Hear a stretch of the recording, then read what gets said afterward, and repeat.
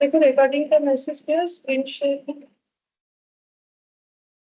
Yes ma'am.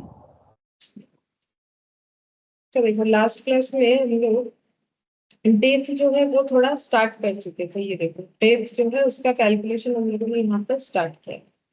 तो उस पे हम लोगों ने पहले ये डिस्कस किया था कि जब किसी पार्टनर का डेथ हो जाता है तो उसको क्या क्या मिलेगा। ठीक है, उसके बाद हम लोगों ने यहाँ पर section 37 of Indian partnership act ये पढ़ा था। ठीक है, उसके बाद इस पे कुछ एग्जांपल्स क्रिएट किया था। और अगर प्रॉफिट देना है, जिस पार्टनर का डेथ हो जा रहा है उसको, अगर बीच में कभी डेथ हो जाता है और प्रॉफिट का डिस्ट्रीब्यूशन करना है तो किस तरीके से करना है वो भी देखा था। Good evening. Good evening. अच्छा, उसके बाद उसमें देखा था दो बेसिस, टाइम बेसिस और टर्नओवर बेसिस। ठीक है, उसके बाद यहाँ पर हम लोगों ने सेपरेट लाइफ पॉलिसी कैसे कैलकुलेट किया जाता है वो देखा था। अच्छा, आज हम लोग क्या पढ़ेंगे, हम लोग वही डेथ को ही कंटिन्यू करेंगे। तो देखो मैंने लास्ट क्लास में तुम लोग को बोला था यहाँ पर भी जेएलपी आएगा। यहाँ पर जेएलपी और जो पहले जेएलपी पढ़े हो बिल्कुल सेम है, बस नाम अलग है। जैसे कि देखो ये जो प्रीमियम मेथड है ये जो है जेएलपी एज एन एक्सपेंस जैसे होता है वैसा मेथड है। ठीक है, जो सरेंडर वैल्यू मेथड है वो कौन सा हो जाएगा, जेएलपी एज एन एसेट। क्योंकि हम लोग जब एज एन एसेट बोल के उसे रिकॉर्ड करते हैं तब सरेंडर वैल्यू पे करते हैं। और ये क्या हो जाएगा, JLP as an asset and liability. ठीक है, जो कि रिजर्व मेथड है, सिर्फ नाम अलग है, काम पूरा एज इट इज वैसा ही होगा। तो उसका कुछ एग्जांपल्स यहाँ पर बना हुआ है जो देखने से ही तुम लोग समझ जाओगे कि दोनों कोई अलग नहीं। मतलब एग्जाम में अगर बोल दिया प्रीमियम मेथड तो फिर कौन सा मेथड मानेंगे, जेएलपी एज एन एक्सपेंस। अगर बोल दिया सरेंडर वैल्यू वो तो समझ में आता है, ये नाम ही थोड़ा सा अलग। तो अलग कुछ नहीं है, देखो एक्सपेंस किस चीज का था, प्रीमियम का था, इसीलिए यहाँ पर नाम क्या रखा है, प्रीमियम मेथड, एक ही बात है। और रिजर्व, रिजर्व मतलब वही लाइबिलिटी। ठीक है, तो एसेट एंड लाइबिलिटी, क्योंकि रिजर्व तो उतना ही क्रिएट होगा जितने का हम लोग एसेट बनाएंगे। अब यहाँ पर देखो कैलकुलेशन देखने से ही समझ जाओगे। जैसे देखो ये वाला क्वेश्चन मेथड 1 से कैसे सॉल्व होगा, बोल रहे हैं कि if joint life policy does not appear in balance sheet, बोल रहे हैं बैलेंस शीट में अपीयर नहीं कर रहा है, यानी nothing appear in balance sheet. अगर कुछ भी अपीयर नहीं कर रहा है बैलेंस शीट में तो इसका मतलब वो कौन सा मेथड है, जेएलपी एज एन एक्सपेंस। ठीक है, या फिर यहाँ का जो नाम है उसके हिसाब से प्रीमियम मेथड। ठीक है, अच्छा अगर ऐसा होता है तो हम लोग क्या करते हैं, जो भी जेएलपी का अमाउंट हमें रिसीव होता है वो पार्टनर में डिस्ट्रीब्यूट हो जाता है। तो देखो firm will gain on the death of a partner, बोल रहा है कि किसी का डेथ हो गया है किसी पार्टनर को, तो फर्म को क्या मिलेगा, बोलो डेथ होने पे क्या मिलेगा, डेथ होने पे पॉलिसी वैल्यू मिलता है। ठीक है, और डेथ होने के पहले का बात होता है तो सरेंडर वैल्यू मिलता है, तो पॉलिसी वैल्यू मिलेगा। For example A, B and C are in partnership, sharing profit and losses in the ratio 5:3:2. They took joint life policy 1 lakh. अच्छा, अगर 1 लाख का ज्वाइंट लाइफ पॉलिसी लिया है और किसी पार्टनर का डेथ हो गया है तो कितना मिलेगा, पूरा 1 लाख। डेथ होने से पॉलिसी वैल्यू मिलेगा, डेथ हो गया है तो डेथ होने से पॉलिसी वैल्यू मिलेगा, तो पूरा कितना मिल जाएगा, 1 लाख। अच्छा, ये जब रिसीव होगा तो एंट्री क्या होगा, जेएलपी टू, सॉरी उल्टा लिख दिया मैंने, क्या एंट्री होगा, बैंक, बैंक टू जेएलपी। ठीक है, कितना अमाउंट मिला, 1 लाख और 1 लाख। अब बोल रहे हैं a dies the firm will receive 1 lakh from the insurance company, वो तो होगा ही। देखो जितने का पॉलिसी की और डेथ हो जाने पे पूरा मिल जाता है।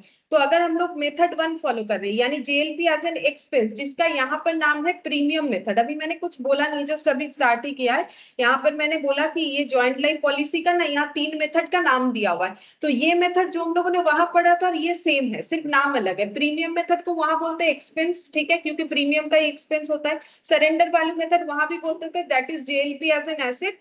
और जेएलपी जब एज एन एसेट और लाइबिलिटी होता है तो उसको रिजर्व मेथड बोलते हैं। बस यहाँ पर दिया हुआ है, हम ये जस्ट दिखाना चाहते हैं कि दोनों चीज सेम है, वो तुम लोग क्वेश्चन देखने से समझोगे।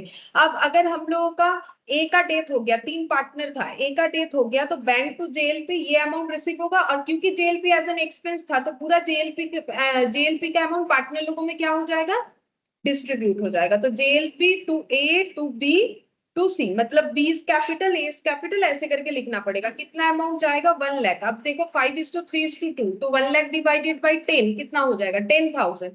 10,000 इंटू 5 50,000, 30,000 और 20,000। जैसे जेल पे एज एन एक्सपेंस का ट्रीटमेंट होता है वैसा ही होगा। ये देखो, bank to JLP, JLP to A's capital, to B's capital, to C's capital, बस नाम अलग है, बाकी काम अलग नहीं है। ठीक है, नाम अलग कर दिया है लेकिन वैसा ही होगा जो सीखा था, मतलब वो जो सीखे वो यहाँ पर भी काम आएगा एज इट इज, कुछ भी चेंज नहीं करना है।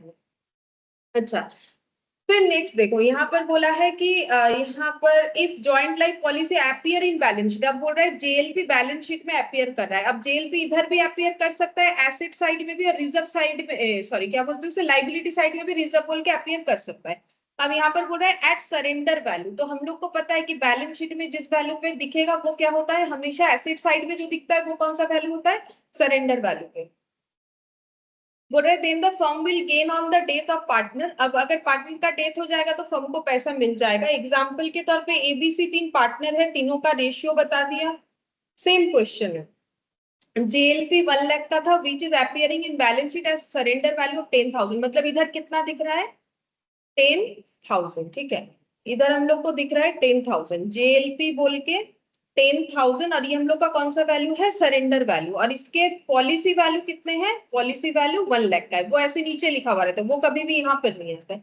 अच्छा, अब बोल रहा है ए का डेथ हो गया तो फर्म को क्या मिलेगा? पॉलिसी वैल्यू, तो 1 लाख। तो अब फर्म क्या एंट्री डालेगा? अब इंश्योरेंस कंपनी तो 1 लाख पकड़ा के जाएगा, तो bank account debit to JLP कितना हो जाएगा? 1 लाख। ठीक है, अच्छा अब डिस्ट्रीब्यूट कितना करेंगे? अगर हम लोग 10,000 यहाँ ब्लॉक कर देते हैं तो उसका मतलब ऑलरेडी प्रॉफिट में हम लोग उसे डिस्ट्रीब्यूट कर चुके हैं, क्योंकि हम लोग एक्सपेंस कम बुक करते हैं, प्रॉफिट ज्यादा वहां पर डिस्ट्रीब्यूट हो जाता है। तो हम लोग जब पार्टनर लोगों पे ये अमाउंट डिस्ट्रीब्यूट करेंगे तो प्रीवियस वाले मेथड की तरह 1 लाख तो करेंगे नहीं, कितना करेंगे? हाँ 90,000, 1 lakh minus 10,000, to A to B to C, ये हो जाएगा। अब आंसर कितना आएगा? 90 बाई, तुम लोग यहाँ पर करके देखो 532, मतलब 10, मतलब कितना? 90,000 बाई 10 कितना? 9,000, 9,000 इंटू 5 45, 9,000 इंटू 3 27, और 9,000 इंटू 2 18।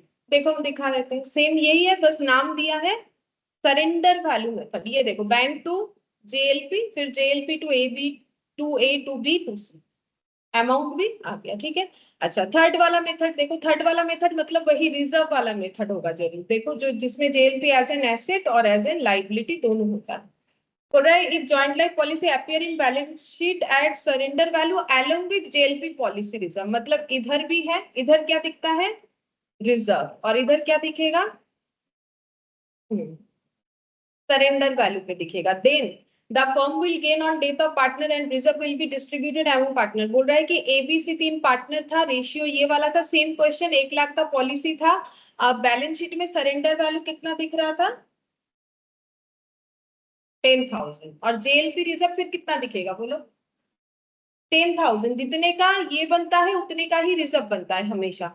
अब बोला है कि, इसलिए बोल ही दिया अलोंग विद जेएलपी रिजर्व, हमें अमाउंट नहीं बताया, बताएगा भी नहीं, क्योंकि हमें पता है कि जितने का एसेट बनेगा उतने का रिजर्व बनेगा। अब अगर ए का डेथ होता है तो क्या एंट्री होगा? सबसे पहले इंश्योरेंस कंपनी तो देगा 1 लाख रुपया, bank account debit to JLP कितना हो जाएगा?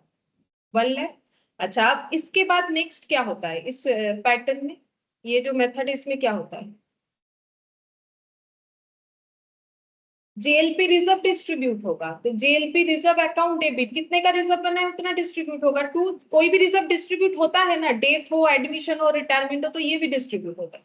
To A to B to C, अब बोलो कितना कितना होगा? 10 से डिवाइड करोगे तो 1,000, 5,000, 3,000 और कितना?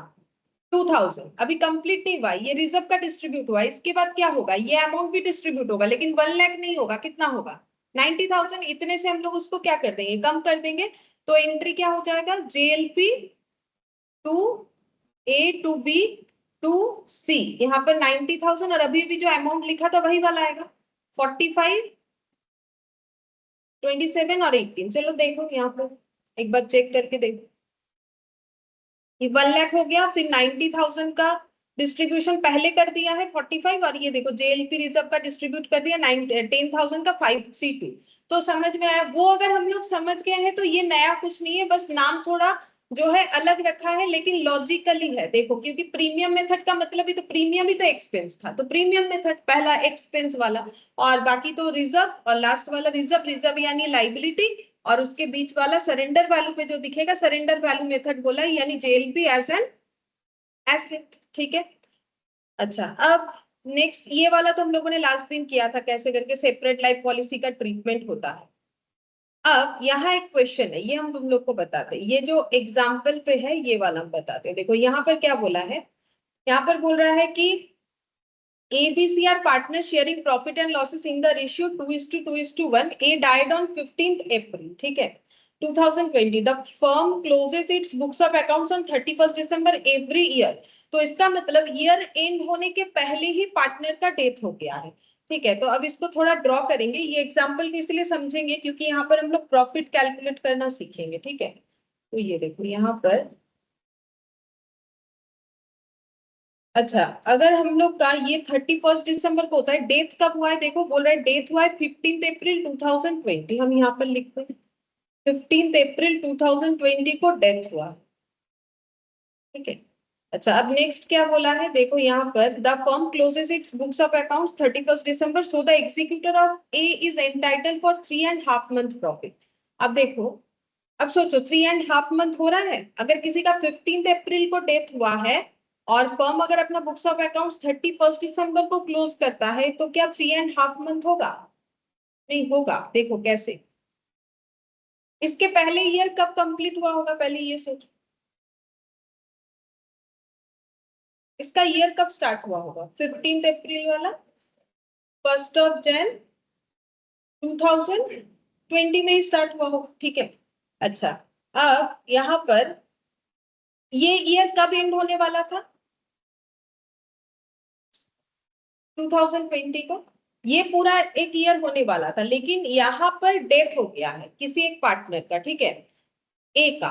ठीक है, यहाँ पर ए का डेथ हो गया, ये ए का डेथ हो गया है। अच्छा, अब देखो क्या बोल रहा है कि executor of A is entitle for 3.5 month. ऐसा क्यों बोला, क्योंकि देखो, मुझे एक चीज बताओ कि किसी एक ईयर में किसी का डेथ यहाँ पर हुआ, अब बोलो फिर उसको प्रॉफिट कौन से पीरियड का मिलना चाहिए, जिस पीरियड में उसने काम किया, तो उसने कौन से पीरियड में काम किया, ये प्रीवियस वाले में किया, तो यहाँ पर तो 3 पार्टनर थे, यहाँ पर अगर आगे वो कंटिन्यू करना चाहते तो कितने पार्टनर बचेंगे, बी और सी। ठीक है, तो ये ए प्लस बी प्लस सी, तो ये यहाँ से लेके यहाँ तक का पीरियड 3.5 ही हो रहा है, इसलिए बोला है जैन पूरा, फेब पूरा, मार्च पूरा, और 15 अप्रैल मतलब 3.5 में, इतने का प्रॉफिट उसको चाहिए। उसका एग्जीक्यूटर बोलेगा 2, क्योंकि इतने टाइम उसने काम किया है। ठीक है, फिर यहाँ पर क्या बोला है कि if A share is immediately paid off, the profit for 2020 can be taken as base for calculating 3.5 month profit in the year 2020। समझो ये क्या बोला है,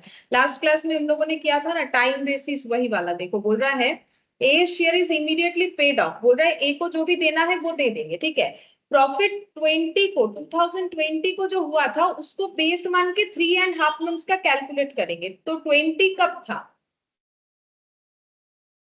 ये मैंने इसके पहले ये 20 लिखा ही है ना, गलत है, ये 19 होना चाहिए तब ना, नहीं, एक second. If messrs ABC earn 96,000, ये तो दिया हुआ है। ठीक है, ये देखो 2019 का प्रॉफिट दिया हुआ है 96,000, मतलब यहां से यहां तक का प्रॉफिट दिया हुआ है कितना, 96,000। ये कौन सा ईयर है, 2019, मतलब 1/1/2019 से लेके यहाँ तक ये इतना ईयर है, तो प्रीवियस ईयर इतना है। अब क्या बोला है कि देन 3.5 मंथ प्रॉफिट, ये बोल रहा है 28,000, इन्होंने कैलकुलेट कर दिया, हम लोग खुद कैलकुलेट करेंगे। तो यहाँ पर देखो हमें क्या करना है, इतना क्वेश्चन का इंफॉर्मेशन है, हम लोग को ये फाइंड आउट करना है कि 3.5 मंथ का प्रॉफिट कितना है, उसमें हम लोग क्या निकालेंगे, ए का शेयर। ठीक है, तो यहाँ का प्रॉफिट निकालेंगे। अब इसके लिए हमें क्या करना चाहिए, देखो हम लोगों ने लास्ट दिन सीखा था, दो मेथड होता है प्रॉफिट को कैलकुलेट करने का, एक टाइम बेसिस, एक टर्नओवर बेसिस। तो हमें यहाँ पर बोला है कि प्रीवियस ईयर के प्रॉफिट को बेस करके हमें करना है, यहाँ पर बोला है, ये देखो बेस फॉर कैलकुलेटिंग, यहाँ पर ये ना 19 होना चाहिए लैंग्वेज। देखो, taken as base for calculating 3.5 month profit in the year 2020। ठीक है, प्रॉफिट फॉर ये वाला 19 2019, ठीक है। ये हमें क्या करना है, बेस मानना है फॉर कैलकुलेटिंग 3.5 मंथ्स प्रॉफिट। तो बोलो कैसे बेस मानेंगे? अगर यहाँ पर प्रीवियस ईयर हम लोग क्या मानेंगे, थ्रू आउट द ईयर एक ही जैसा प्रॉफिट था, तो 2019 में कितना प्रॉफिट था? 96,000। ये कितने मंथ का था? 12 मंथ्स का। तो यहाँ पर 3.5 मंथ्स का कितना होगा? तो वैसे निकालेंगे, प्रॉफिट निकाल कितना हो रहा है, देखो कितना रहा है,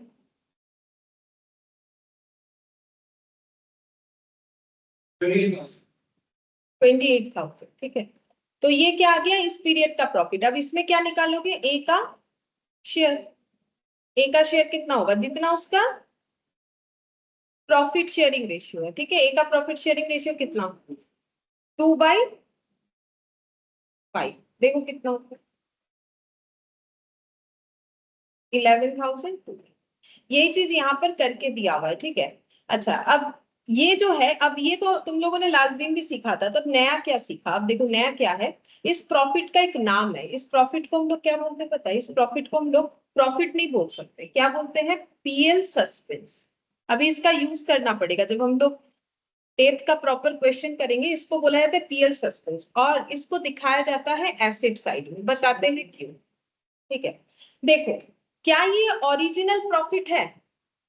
नहीं। ओरिजिनल प्रॉफिट हमें कब पता चलेगा इस साल का? यहाँ पर जब हम लोग यहाँ पहुंचेंगे। ये एस्टिमेटेड है, प्रीवियस ईयर के बेसिस पे हमें एक मेथड रेकमेंड किया गया था, हम लोग उस मेथड से इसको निकाल दिए। इसीलिए इसको पीएल नहीं बोल सकते, क्या बोलेंगे, प्रॉफिट एंड लॉस सस्पेंस, ठीक है। अब ये एसेट साइड में क्यों दिखाते हैं? नॉर्मली प्रॉफिट तो हम लोग क्रेडिट मतलब लाइबिलिटी साइड में दिखाते हैं, लेकिन ये तो पेबल प्रॉफिट है ना, कि हम लोगों को एक को ये प्रॉफिट क्या कर देना है, पे कर देना है। तो ये हम लोग का क्या हो गया, एक्सपेंस हो गया, ठीक है। और इसको हम लोग एसेट साइड में इसीलिए लिखते हैं, इसका और एक कारण भी है। जब यहाँ पर हम लोग का बैलेंस शीट बनेगा फाइनली, ठीक है, तो यहाँ पर जब हम लोग प्रॉफिट लिखेंगे तब उसमें से इतना प्रॉफिट कम करके लिखेंगे, क्योंकि इतना हमारा पे ऑफ हो चुका है। इसीलिए इसको हमें किधर लिखना पड़ेगा, डेबिट करना पड़ेगा, क्योंकि फ्यूचर में ये जाके क्या होगा, डेबिट ही होने वाला है। ये पे हो गया ना, ये एक्सपेंस है, ये हमारे पास रहने वाला नहीं है कि इसको हम क्रेडिट करके रख देंगे। ये मुझे पे करना है।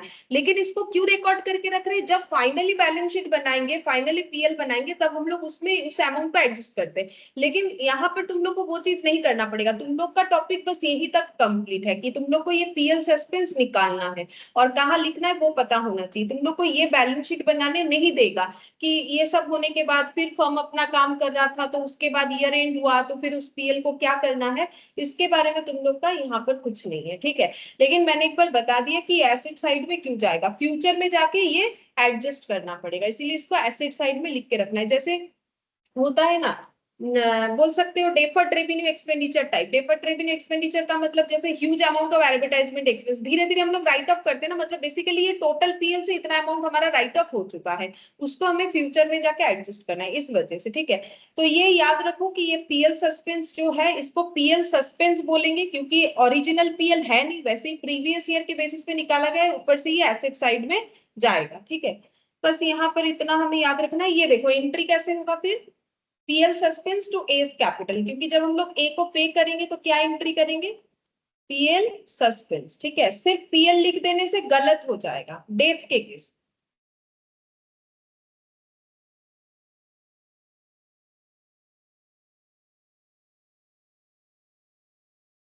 11,200, ये जरूरी है हमें लिखना, ठीक है। और ये देखो यहाँ पर दिया हुआ है, देखो और एक चीज भी लिखा हुआ है, at the end of the year 2020 the PL suspense account will be transferred to PL account. जब प्रॉफिट एंड लॉस अकाउंट बनेगा, जब बैलेंस शीट बनेगा, वहां पर ये चीजों का क्या करना है, एडजस्टमेंट करना है। 11,200, ठीक है। अब हम लोग इलास्ट्रेशन 1 से स्टार्ट कर सकते हैं, जो कि हम लोग का कंप्लीट क्वेश्चन है। देखो यहाँ पर बोला है, the following was the balance sheet of Om and company in which XYZ were partner sharing profit and losses in the ratio 1:2:2। As on 31st March 2019, Mr. Z died on 31st December 2019. His account has to be settled under the following terms, ठीक है। तो किसी एक partner का death हो गया, Z का। अब इनका बैलेंस शीट दे रखा है, जिसमें building, computer, inventory, trade receivable, cash है, इन्वेस्टमेंट है, trade payable, bank loan, general reserve. तो जनरल रिजर्व क्या हो जाना चाहिए, डिस्ट्रीब्यूट हो जाएगा, सभी में डिस्ट्रीब्यूट हो जाएगा प्रॉफिट शेयरिंग रेशियो। बाकी अगर कुछ बोलेगा तो उसमें रिवैल्यूएशन वगैरह होगा। देखते हैं क्या बोला है। यहाँ पर बोला है कि goodwill is to be calculated, goodwill calculate करना पड़ेगा at the rate of 2 years purchase. तो 2 years परचेज क्या है, number of year purchase. Goodwill कैसे निकाला जाता है फिर, into number of year purchase होता है। देखते किसके बेसिस पे number of year, on the basis of average profit of 3 years profit. तो यहाँ पर कितना आ जाएगा, एवरेज प्रॉफिट। 3 years का प्रॉफिट का एवरेज निकालना है, ठीक है। अब वो देखो हमें गिवन है 3 years का profit, the profit and loss for the 3 years details below, जिसमें लास्ट वाले ईयर में लॉस दिखा रहा है।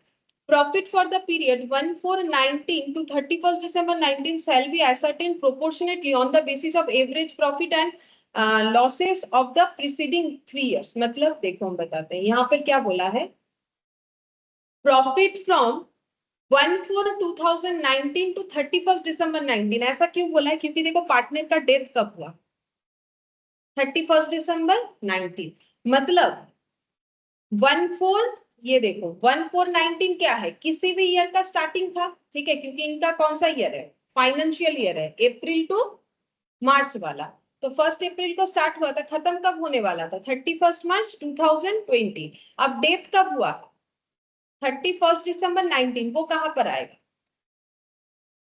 ठीक है। तो अभी तो वही सीखा, यहां से यहां तक क्या कैलकुलेट करना पड़ेगा, जेड का पीएल सस्पेंस का अमाउंट। तो बोला है कैसे कैलकुलेट करना है, जैसे बोला है वैसे कैलकुलेट करना है, असर्टेन प्रोपोर्शनेटली करना है on the basis of average profit and losses of the preceding 3 years। मतलब ये 3 years का जो एवरेज आएगा, गुडविल कैलकुलेट करोगे जो एवरेज आएगा उसी को यूज कर लेंगे, उसी के बेसिस पे हमें करना है। तो 3 years का जब एवरेज निकालोगे तो कितने साल का निकलेगा, 1 साल का पर एनम। अब यहां से यहां तक कितना टाइम पीरियड होता है, अप्रैल मई जून जुलाई अगस्त सितंबर अक्टूबर नवंबर, 9 months, ठीक है। तो हमें ये प्रॉफिट कितने टाइम पीरियड का निकालना पड़ेगा, 9 months। उसके लिए हम लोग बेस क्या लेंगे, ये प्रॉफिट का एवरेज। जैसा क्वेश्चन बोलेगा वैसा हमें करना पड़ेगा। अच्छा अब आगे देखते हैं। Alright, during the year ended 31st March 2019, a car costing 40,000 was purchased on 1/4/18 and debited to traveling expense account। बोलो क्या ये ट्रीटमेंट सही हुआ है कि कार खरीदा ट्रैवलिंग एक्सपेंस अकाउंट में डेबिट कर दिया। तो कार खरीदने का एंट्री क्या होता है बोलो,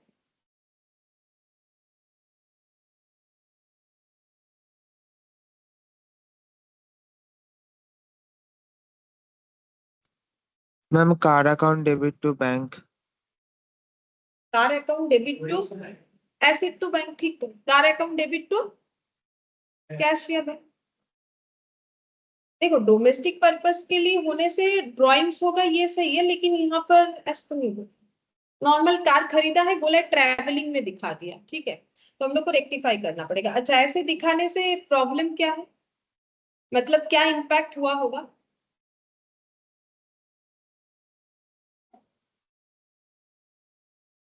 प्रॉफिट ज्यादा या कम, कम। प्रॉफिट कम होगा ना, क्योंकि हम लोग इसको कहाँ दिखा दिए होंगे, पीएल में। तो पीएल में एक्सपेंस दिखा दिए ट्रैवलिंग एक्सपेंस, तो हम लोग का क्या हो जाएगा, प्रॉफिट डाउन हो गया होगा, ठीक है। अब कौन से ईयर का हुआ है, जब खरीदा गया है। अब देखो कब खरीदा है, तो इसमें से कौन सा प्रॉफिट इंपैक्ट होगा,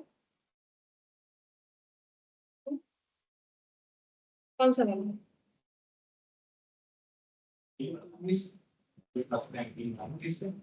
31 मार्च 2018, 31 मार्च 2019। दो आंसर आ रहा है, बोलो सही बोलो कौन सा।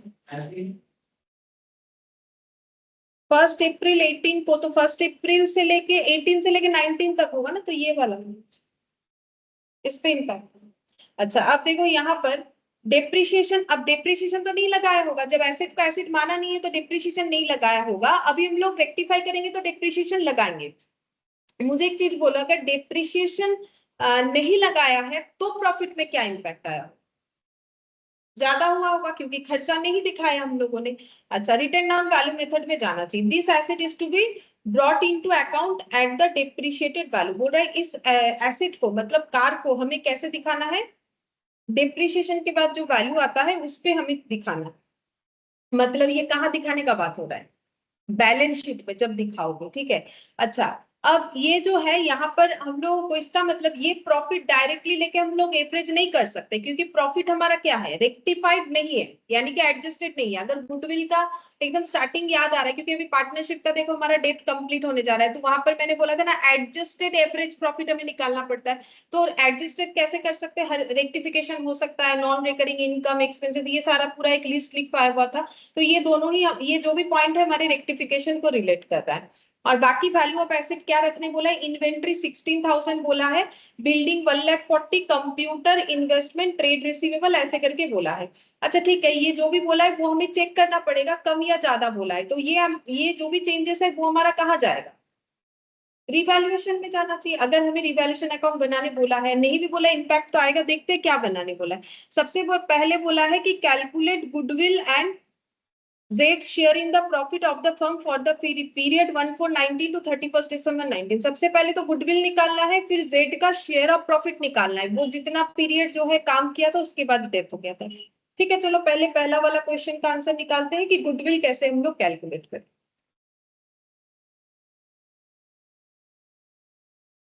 Illustration, calculation of goodwill. कैसे कैलकुलेट करेंगे, सबसे पहले हमें प्रॉफिट को क्या करना पड़ेगा, एडजस्ट। ठीक है, प्रॉफिट को पहले एडजस्ट करेंगे, तो 31 मार्च पहला प्रॉफिट क्या लिखेंगे, देखो यहाँ पर ना ऑपोजिटली मतलब उल्टा लिखा हुआ है, पहले 19, 18, 17, हम लोग लाइन बाय लाइन लिख लेते हैं। पहले क्या लिखेंगे, 17, फिर उसके बाद 18, फिर उसके बाद 19।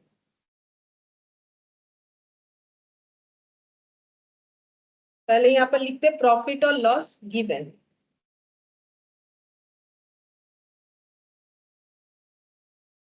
17 का प्रॉफिट है, 10,000 लॉस है। इसके बाद 20,000, 30,000। अब इसमें एडजस्टमेंट करना पड़ेगा। सबसे पहले एक तो कार हम लोगों ने गलती से जो है क्या किया था, ट्रैवलिंग एक्सपेंसेस में दिखाया था, इस वजह से प्रॉफिट कम हो गया है, तो जिस साल का कम हुआ उस साल को प्रॉफिट को बढ़ाना है, तो ऐड कर देंगे। तो लिखो car wrongly charged as traveling expenses।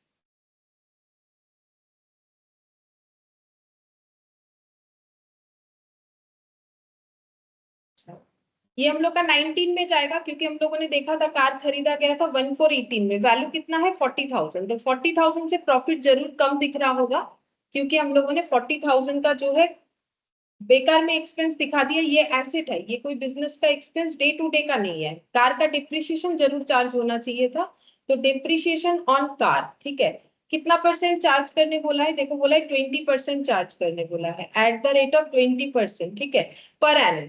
अच्छा, अब कितना चार्ज होगा, 40,000 का कार है, इस पे 20% तो पूरे साल का लगेगा, और कार खरीदा गया है 1 अप्रैल को, तो इसका मतलब कितने दिन का लगेगा, 12 मंथ्स का ही लग रहा है, 1 अप्रैल से 31 मार्च तक, तो 12/12 कितना हो जाएगा, 8,000। ठीक है, तो यहाँ पर डिप्रिशिएशन लग जाए, डिप्रिशिएशन लगाएंगे तो हम लोग का जो एक्सपेंस है वो, सॉरी, जो प्रॉफिट है वो कम होगा, तो यहाँ पर कितना आ जाएगा 10,000, यहाँ पर आ गया 20,000, और ये एडजस्ट करने के बाद 30 + 40, 70, 70 - 8, 62,000, ये हो गया एडजस्टेड प्रॉफिट, एडजस्टेड प्रॉफिट। ठीक है, अब इसका क्या निकालोगे, एवरेज, तभी ना गुडविल कैलकुलेट करोगे, निकालो एवरेज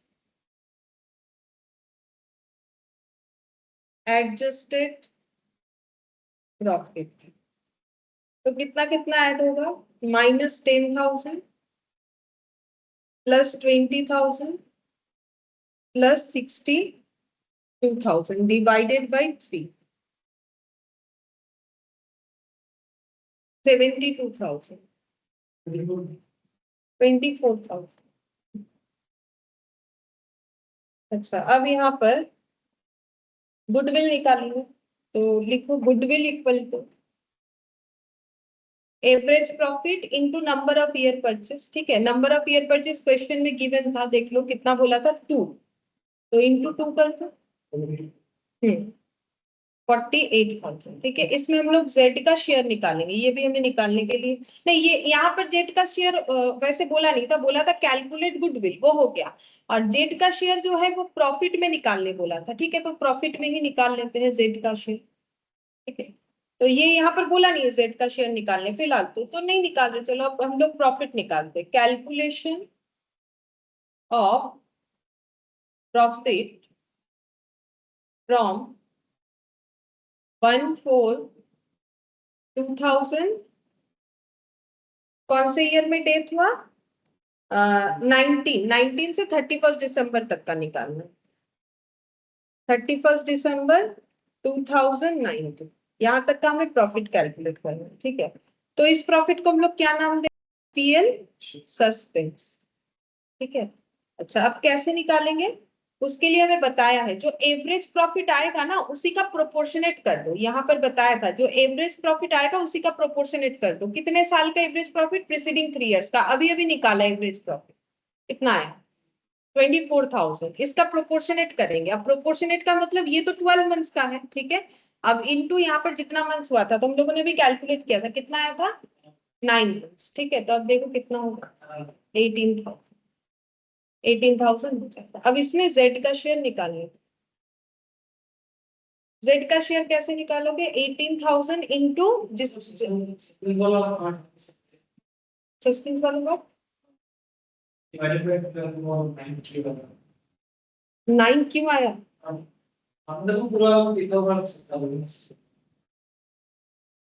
ये कैलकुलेशन 24,000 यहाँ बोला था कि एवरेज प्रॉफिट के ऊपर निकालना है, तो ये तो पूरे 12 महीने का, यहाँ से यहाँ तक जितना पीरियड होगा 9 मंथ्स, क्योंकि वो 9 मंथ से काम कर पाए ना, उसके बाद उसका डेथ हो गया, तो 9 मंथ्स का प्रॉफिट हमें नहीं मिलता है जब तक ईयर एंड नहीं होता है, फाइनल अकाउंट्स नहीं बनेगा, तो हमें पता नहीं चलेगा प्रॉफिट कितना है। लेकिन एग्जीक्यूटर तो बोलेगा कि मुझे अभी दे दो, जब डेथ हुआ तभी कैलकुलेट करके दे, क्योंकि दूसरे लोग भी देना नहीं चाहेंगे ना, जब वो काम ही नहीं करेगा तो फोकट में उसको बाकी टाइम का प्रॉफिट दे, वो काम थोड़ी ना कर रहा है कि उसको मिलेगा, तो वो जितना दिन जिंदा था उतने दिन का काम का उसका मिल जाएगा, तो प्रोपोर्शनेटली इसमें जेड का शेयर हो जाएगा हम लोग का जितना उसका शेयर ऑफ प्रॉफिट है। अब देखो यहाँ बताया था,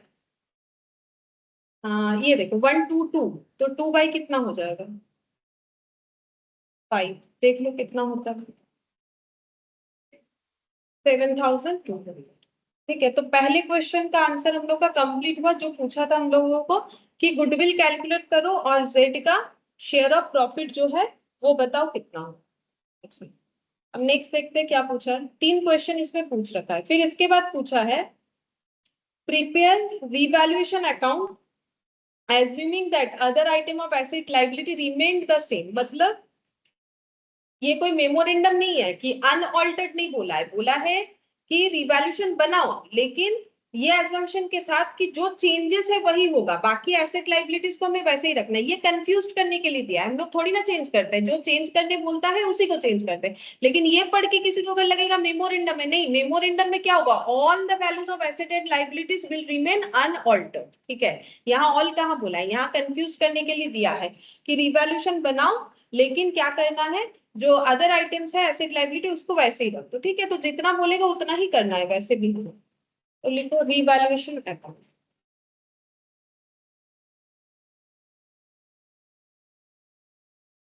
ये कब बन रहा है बोलो तो रिवैल्यूएशन अकाउंट, टाइम जब डेथ हुआ, ऑन दैट मोमेंट सारे चीज बनते हैं यहाँ पर जैसे, ठीक है। तो मतलब 31 दिसंबर 2019 यहाँ बन रहा है, ईयर एंड में नहीं बन रहा है ये वाला, ठीक है। डेथ हुआ ना, तो अभी सारी चीजों को कैलकुलेट करना है, रिवैल्यूएशन करना है तो वो कैलकुलेट करना है, सारी चीजों को कैलकुलेट करके देखो।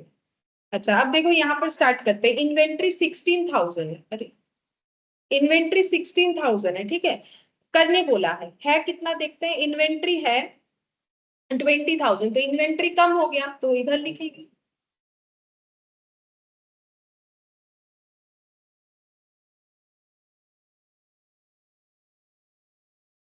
4,000।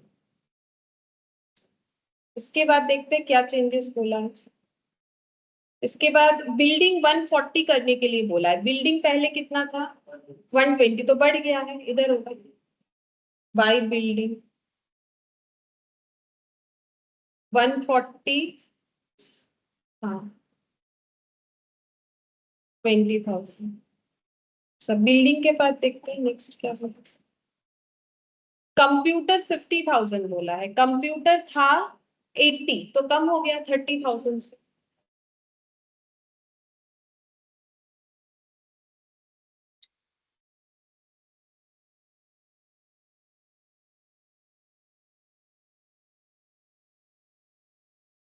कंप्यूटर के बाद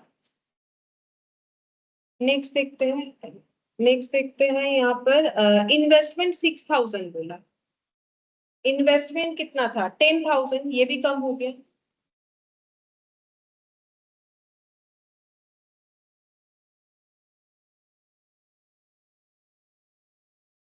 4,000। अच्छा, और नेक्स्ट देखते हैं क्या बोला है। यहाँ पर बोला है कि trade receivable were considered goods, ये भी कंफ्यूज करने के लिए बोला है। जब गुड ही है तो इस पे कोई प्रोविजन क्रिएट नहीं करना है, मतलब ट्रेड रिसीवेबल कैसा रहेगा, अगर सारे गुड्स है तो जैसा है वैसा ही रहेगा, इसमें थोड़ी ना कोई चेंजेस होगा। जब बोलेगा कि प्रोविजन बनाओ तब ना बनाएंगे। Trade receivable were considered good का मतलब सभी पैसा दे देगा, तो फिर इसमें कोई चेंजेस होगा ही नहीं, तो रिवैल्यूएशन में क्यों आएगा। यहाँ एक चीज आएगा, बता सकते हो क्या। मैंने रिवैल्यूएशन का पॉइंट बोला था, जो क्वेश्चन में रहेगा वो तो करना ही है। और क्या बोला था, अनरिकॉर्डेड एसेट या लाइबिलिटी रिकॉर्ड होता है, बोलो क्या हो। कार, मैम पीएल ठीक है, suspense. PL suspense, car PL suspense है करना, कार कार रिकॉर्ड होगा रिवैल्यूएशन में, पीएल सस्पेंस करना, कार रिकॉर्ड होगा ठीक है, लेकिन उसको कौन सी वैल्यू में रिकॉर्ड करना है, डिप्रिशिएशन सारे लगाने के बाद उस वैल्यू पे रिकॉर्ड करना है। अब कार रिकॉर्ड करोगे तो किधर लिखोगे, बाई साइड की टू साइड, बोलो। By by side. By by by side ना, कार आ रहा है बाई साइड। अब कितने में दिखाओगे, देखो कार जब खरीदा था तब डेट क्या था बोलो, 14/19, ठीक है। अच्छा, अब 14/19 से लेके 31 मार्च 19 तक तो कार का यूज हुआ, डिप्रिशिएशन लग चुका है 8,000, मतलब कार कितने का बन चुका है, 40,000 माइनस 8,000 कितना होता है 32,000। अब इस पे डिप्रिशिएशन कैसे लगाने बोला है, डब्ल्यूडीवी मेथड, ठीक है, डब्ल्यूडीवी मेथड में बोला है। अच्छा, अब डेथ कब हुआ इस पार्टनर का, दिसंबर में हुआ, तो इसके बाद भी कुछ दिन दिसंबर में हुआ, 31 दिसंबर में हुआ है, तो मार्च के बाद दिसंबर काउंट करो कितना दिन जाता है, अप्रैल मई जून जुलाई अगस्त सितंबर अक्टूबर 9 महीना, ठीक है। तो 9 मंथ्स का और डिप्रिशिएशन लगेगा, क्योंकि रिवैल्यूएशन तो उसके बाद बन रहा है, तो जो डिप्रिशिएट होने के बाद जो वैल्यू होगा उस पे हमें यहाँ पर इसको रिकॉर्ड करना है, तो कितना होगा उसका। हम यहाँ पर साइड में एक वर्किंग नोट दिखा दे फिलहाल के लिए, यहाँ दिखा देते हैं एक बार, तुम लोग को अलग से कर लेना चाहिए, हम यहाँ पर दिखा रहे हैं एक बार, ठीक है। यहाँ पर क्या होगा ये देखो, 14/19 में कार का कॉस्ट था कितना 40,000, ठीक है। और 31 मार्च जो है ये 18 होगा, 31 मार्च 19 को डिप्रिशिएशन लगा कितना 8,000, बचा हुआ वैल्यू हो गया 32,000। और उसके बाद फिर से 31 दिसंबर 19 तक का डिप्रिशिएशन लगेगा, जो कि हमारा 9 मंथ्स का होगा, तो कौन सी वैल्यू पे लगेगा, डब्ल्यूडीवी मेथड है तो 32,000 पे, 32,000 इंटू 20% इंटू 9/12, देख लो कितना होता है 4,800। अब माइनस करके देख लो कितना आ रहा, 27,200, ठीक है, 27,200 हो जाएगा, ठीक है। इस तरीके से डिप्रिशिएशन ये तुम लोग अलग से तुम लोग को करना पड़ेगा, मैंने फिलहाल यहाँ पर दिखा दिया है, ठीक है। तो यहाँ पर हो गया 40,000 माइनस 8,000 और माइनस 4,800, तो डिप्रिशिएट होने के बाद कार का वैल्यू रिकॉर्ड होगा 27,200। कार दो जगह पे रिकॉर्ड होगा, एक हम लोग का रिवैल्यूएशन में और दूसरा कहाँ पर होगा, क्योंकि एडजस्टमेंट में है ना, दूसरा कहाँ पर जाएगा बैलेंस शीट में। जब लिखेंगे तब बैलेंस शीट में कौन सी वैल्यू पे रिकॉर्ड होगा 27,200, क्योंकि बैलेंस शीट भी इसी डेट का बनेगा, अगर बनाने बोला है तो चेक करते हैं। बस अब रिवैल्यूएशन में कुछ नहीं आएगा, अब इसको क्लोज करके इसका प्रॉफिट और लॉस जो है वो चेक कर रिवैल्यूएशन का प्रॉफिट लॉस कितना आ रहा है?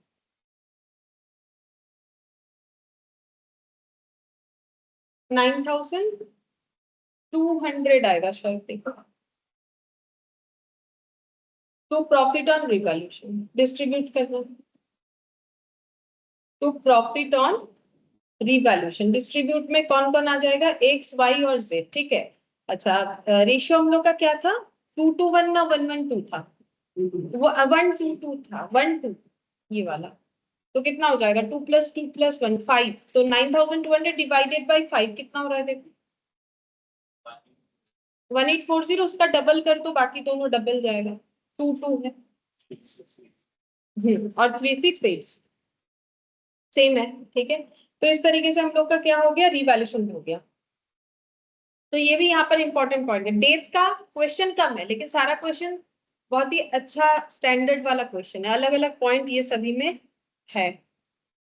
अच्छा, ये रिवैल्यूएशन बन गया। अब देखते हैं, ये सेकंड पॉइंट कंप्लीट हुआ। अब देखते हैं नेक्स्ट क्या बनाने बोला है हमें। नेक्स्ट यहाँ पर हमें बनाने बोला है कि prepare partners capital account and balance sheet. Balance sheet बोला है बनाने के लिए। देखो सबका डेट क्या दे रखा है? 31 दिसंबर, क्योंकि जब पार्टनर का डेथ हो जाता है तब एक बार बनता है, और जब आगे कंटिन्यू रहेगा बिजनेस तो ईयर एंड में दोबारा बनेगा, ठीक है। अब यहाँ पर लेकिन वो तुम लोग को नहीं देगा। मैंने बोला ना, ईयर एंड में दोबारा क्या बनेगा वो तुम लोगों को नहीं पूछेगा, तुम लोग को वो डेट तक ही पूछेगा कि क्या करना। पार्टनर्स कैपिटल अकाउंट,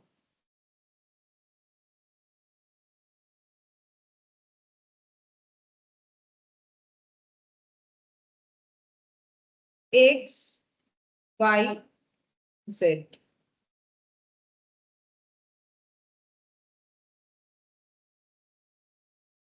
यहाँ पे लिखते हैं बाई बैलेंस बीडी। पहले ब्रॉट डाउन करेंगे कैपिटल का बैलेंस।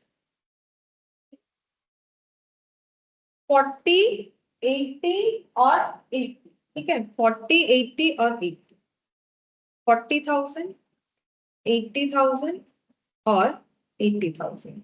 अच्छा, इसके बाद जनरल रिजर्व डिस्ट्रीब्यूट होगा। मैंने पहले ही बोला था ये कर लेना है। तो बाई जनरल रिजर्व 1:2:2 में डिस्ट्रीब्यूट होगा। करो डिस्ट्रीब्यूट।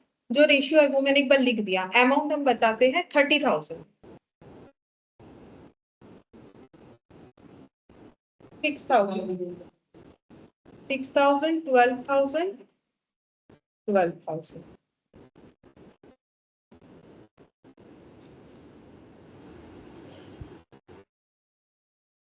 6,000, 12,000, 12,000। अच्छा, अब नेक्स्ट देखते हैं जनरल रिजर्व के बाद रिवैल्यूएशन प्रॉफिट। तो अभी अभी निकाला ना रिवैल्यूएशन प्रॉफिट हम लोगों ने, कितना आया था? देख देख के लिखो। 1840, 3680, 3680। 1840, 3680, 3680। अच्छा, और कुछ डिस्ट्रीब्यूट होगा? गुडविल का शेयर डिस्ट्रीब्यूट होगा, ठीक है। और इसके अलावा जेड को क्या मिलेगा? प्रॉफिट का शेयर जो हम लोग निकाले हैं। बाई क्या बोल के लिखेंगे? PL suspense. वो एकदम स्टार्टिंग में निकाले थे, देखो कितना आया था? 7,200, ठीक है। अच्छा, अब लास्ट जो है गुडविल वाला लिखना पड़ेगा। तो जेड को गुडविल कौन कंपेंसेट करेगा? वही जो रिमेनिंग पार्टनर है उनमें से जो गेन करेगा, ठीक है। अच्छा, तो उसके लिए हम यहाँ पर एक वर्किंग नोट बना देते हैं। नीचे बैलेंस शीट हो जाएगा, यहाँ पर दिखा देते हैं। वर्किंग नोट नंबर 2 लिख रहे हैं क्योंकि उसके पहले एक वर्किंग नोट बनाया कार वाला, ठीक है। तो एक्स, एक्स, वाई और जेड, इन तीनों का रेशियो देखो बिना कैलकुलेट करे हो जाएगा। कितना था बोलो तो? 1:2:2। अब जेड का डेथ हो गया, और कैसे ये लोग प्रॉफिट शेयर करेंगे इस बारे में कुछ नहीं बोला है। तो रिमेनिंग पार्टनर का प्रॉफिट शेयरिंग रेशियो क्या हो जाएगा? जेड हटने के बाद जो बचेगा कितना हो जाएगा? यही हो जाएगा न्यू पीएसआर, अगर वो लोग बिजनेस कंटिन्यू रखते हैं। और यही क्या हो जाएगा? गेनिंग, गेनिंग रेशियो भी ये हो जाएगा। ये हम लोग एडमिशन से करते हुए आ रहे हैं। इसको अगर तुम लोग पूरा कैलकुलेट करके भी देखोगे तो भी देखना गेनिंग रेशियो तुम लोग का कितना आ जाएगा? 1:2। अच्छा, अब जेड का शेयर ऑफ गुडविल निकालो। वहां गुडविल टोटल था ना, वहां एक बार देखो तो 48,000 गुडविल। उसमें जेड का शेयर हो जाएगा 2/5। 48,000 आया था, 2/5 देखो कितना आता है? 19,200। अब इसको गेनिंग रेशियो में डिस्ट्रीब्यूट किया जाएगा, मतलब एक्स और वाई। एक्स कितना कंपेंसेट करेगा, 1/3, ये एक्स है, और वाई कितना कंपेंसेट करेगा, इंटू 2। तो इसका एंट्री क्या हो जाएगा, X's capital account debit, Y's capital account debit, to Z capital, क्योंकि जेड को मिलेगा, ठीक है। तो टू जेड कैपिटल लिखो,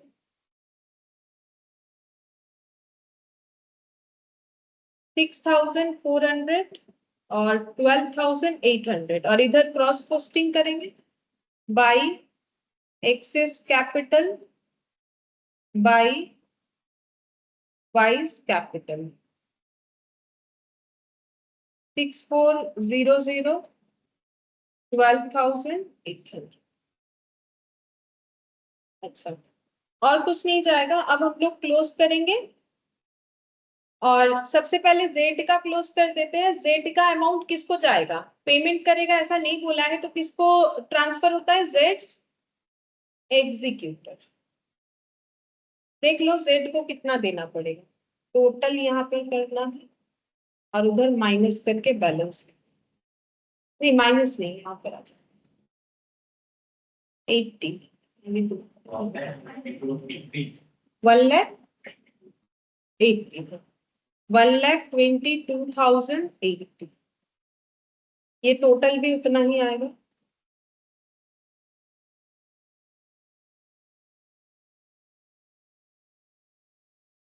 बाकी इनका देखते हैं, 80 और 12,000, 92 और 3, 95, 95,680, 95,680 माइनस 12,800, टू बैलेंस सीडी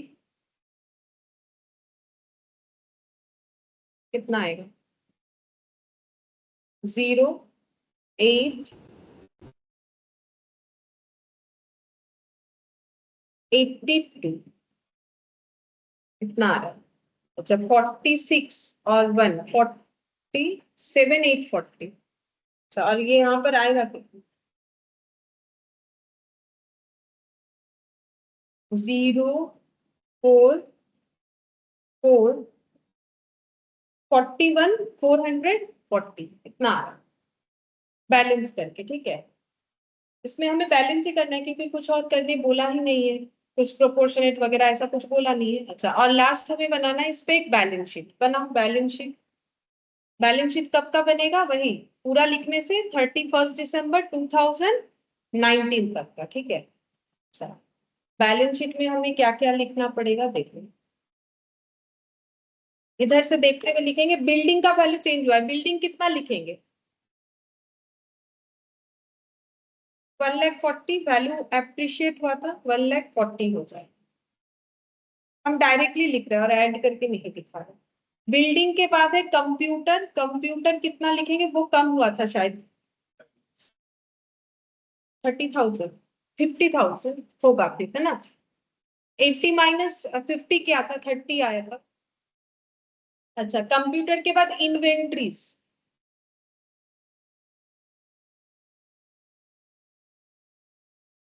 हाँ तो ये इन्वेंट्री 20 था, 4,000 से कम हुआ, मतलब कितना हो गया, 16,000 दिया हुआ है नीचे, यहाँ लिखा हुआ है कितना कितना कम करना है। ट्रेड रिसीवेबल ऑल गुड, यानी कि जैसा था वैसा 20,000, trade receivable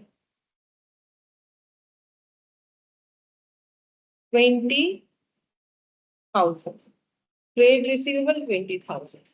cash at bank, इसमें अगर कोई चेंजेस होगा तो देखना पड़ेगा। क्या कोई कैश आया या गया, अभी तक हम लोगों ने जो भी क्वेश्चन किया, नहीं, तो फिर जैसा है वैसा रहेगा, 50,000 कैश एट बैंक, 50,000 जैसा था वैसा ही रहेगा। और यहाँ पर इन्वेस्टमेंट, ये कितना हो जाएगा, इन्वेस्टमेंट में भी एक चेंजेस था ना, 10,000 था, मतलब कितना हो जाएगा, 6,000। अच्छा, यहाँ पर और एक चीज आएगा, लिखा नहीं, बोल सकते और एक चीज क्या आएगा, कार। लिखो कितना वैल्यू आया था उसका, 27,200, और एक चीज आएगा, और एक चीज सिखाया, पीएल वो कितना आया 7,200, बस ये एक्स्ट्रा आ गया यहाँ पर, ये दो चीज, ठीक है। अच्छा इधर कैपिटल एक्स और वाई का, लाइबिलिटी साइड में बैंक लोन, जनरल रिजर्व खत्म है, trade payable, bank loan, trade payable, ये सब एज इट इज होगा क्योंकि ये दोनों में कोई चेंजेस नहीं था। बैंक लोन हम लोग का 50,000, ट्रेड पेबल 20,000, और एक्स और वाई का जो हम लोग का क्या बोलते हैं उससे कैपिटल का बैलेंस है वो तो अभी निकाला, वहां से देख के लिख 41,440, 82,880, ये दोनों लिखना है।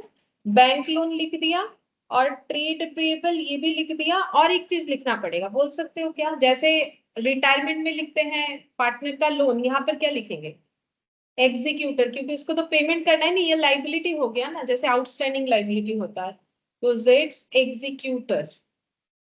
अगर पे कर देते तो कैश या बैंक से माइनस हो जाता तो बैलेंस हो जाता, एक ही बात है, वहां पर भी उस तरीके से एडजस्ट होता। 1,20,280, अब दोनों साइड हम लोग का मैच हो जाना चाहिए, होने से ये पूरा क्वेश्चन कंप्लीट।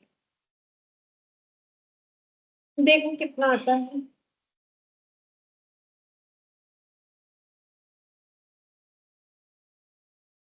$3,16,400, दोनों साइड आ रहा है। अच्छा करो, मैंने तो दोनों साइड लिख दिया, आंसर वही है 3,16,000।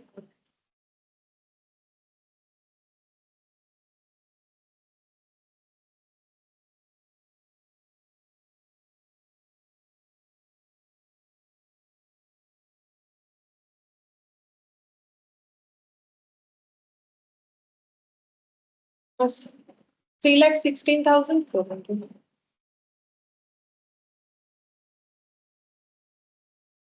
3,16,400 दोनों साइड आ रहा है।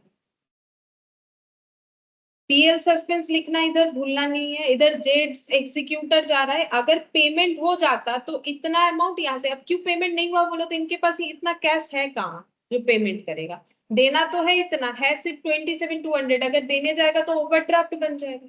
अगर पे होगा भी तो अप टू कितना हो सकता है 27,200 तक, बाकी अमाउंट को क्या दिखाना पड़ेगा ओवरड्राफ्ट, तो भी बैलेंस हो जाएगा अगर ऐसा होता है, यहाँ से ये हट जाएगा, सॉरी 27 नहीं, ये हम कार बताते हैं, ये वाला ये हट जाएगा, तो ये बाकी का यहाँ ओवरड्राफ्ट लिखे।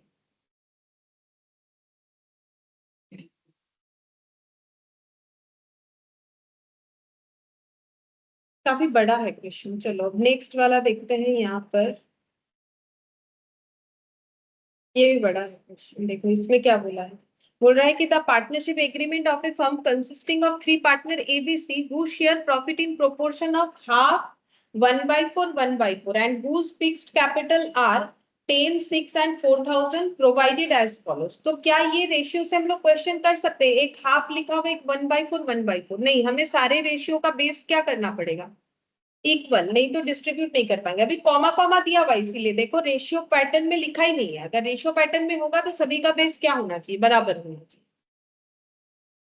फिर बोला है यहाँ पर सबका कैपिटल दे दिया, यहाँ एक लैंग्वेज यूज किया है फिक्स्ड कैपिटल। अगर तुम लोग को याद है एकदम स्टार्टिंग में जब हम लोग पार्टनरशिप कर रहे थे पीएल एप्रोप्रिएशन वगैरह, तब वहां पर हम लोगों ने fixed capital method fluctuation capital method पढ़ा था।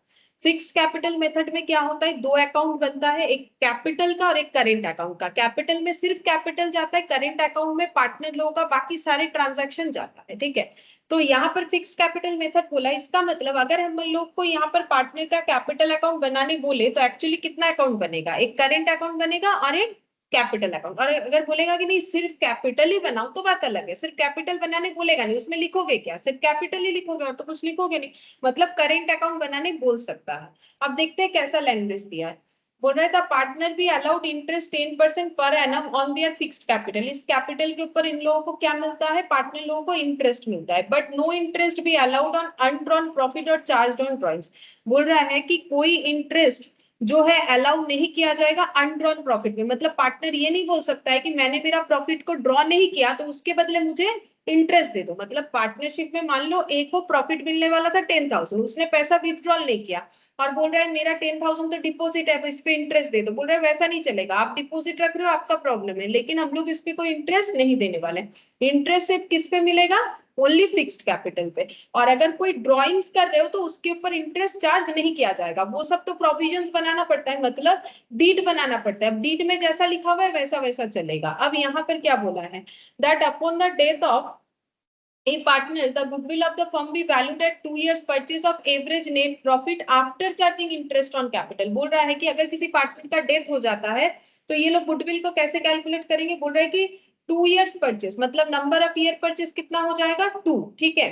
और इसको कितने से मल्टीप्लाई करना है, एवरेज नेट प्रॉफिट। लेकिन प्रॉफिट कैसा वाला लेना है, बोल रहा है कि after charging interest on capital, मतलब प्रॉफिट से इंटरेस्ट ऑन कैपिटल का वैल्यू लेस करने के बाद जो प्रॉफिट बचेगा उसका एवरेज करना है, फिर हमें लेना है। और कितने साल का लेना है, for 3 years to 31 December preceding the death of a partner. मतलब किसी पार्टनर का कभी भी डेथ, किसी भी डेट पे डेथ हो, लेकिन हमें कितने तक का जो है प्रॉफिट लेना है।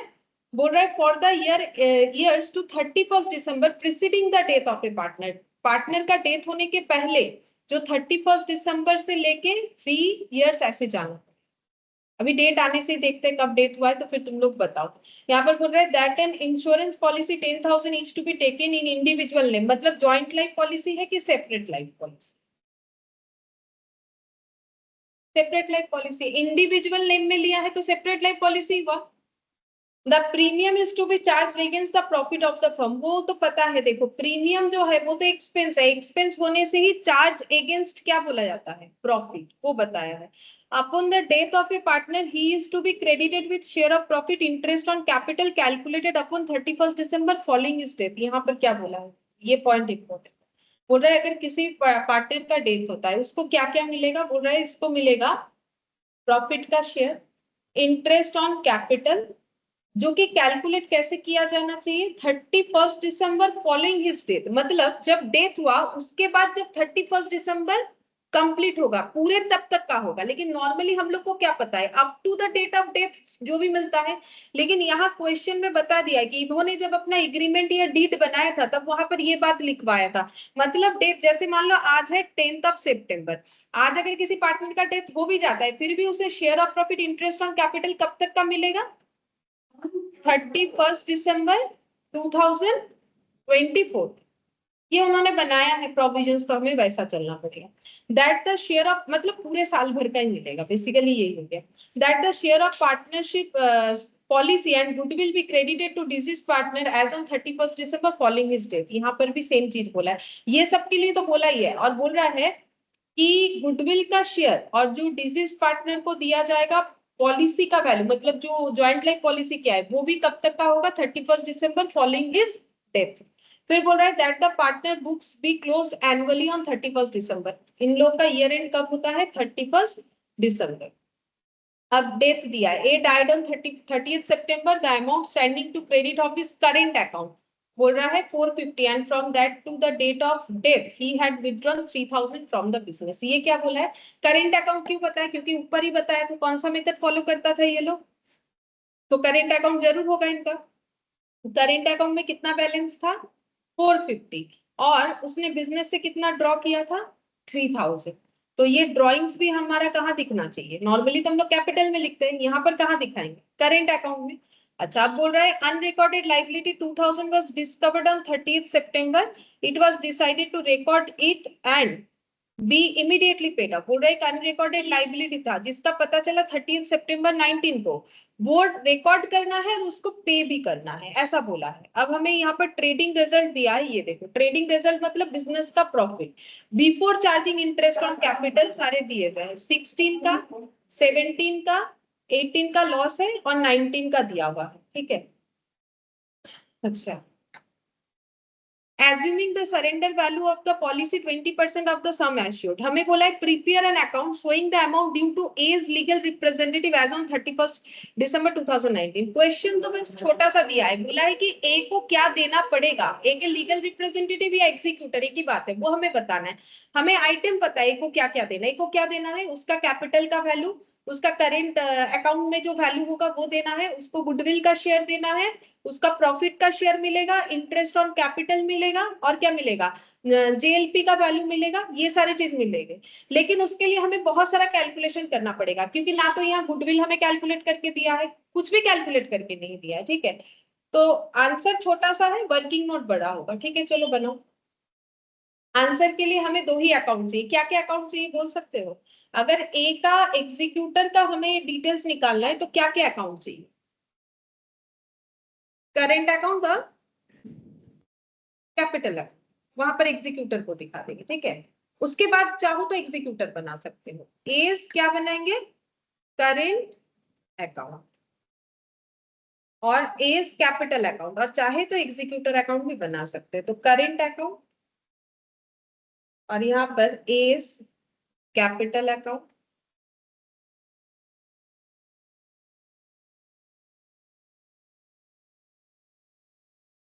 और अगर एग्जीक्यूटर बनाओगे तो वो और भी छोटा बनेगा।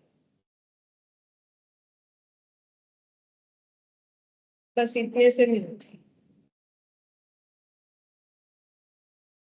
अच्छा, अब हमें एक एक करके कैलकुलेशन करना है जो भी हमें ए को देना है, ठीक है। तो सबसे पहले हम लोग यहाँ पर एक एक करके वर्किंग नोट बनाते, बस ये 3 अकाउंट तुम लोग को बनाना है। लास्ट में ना एग्जीक्यूटिव, एज एग्जीक्यूटर,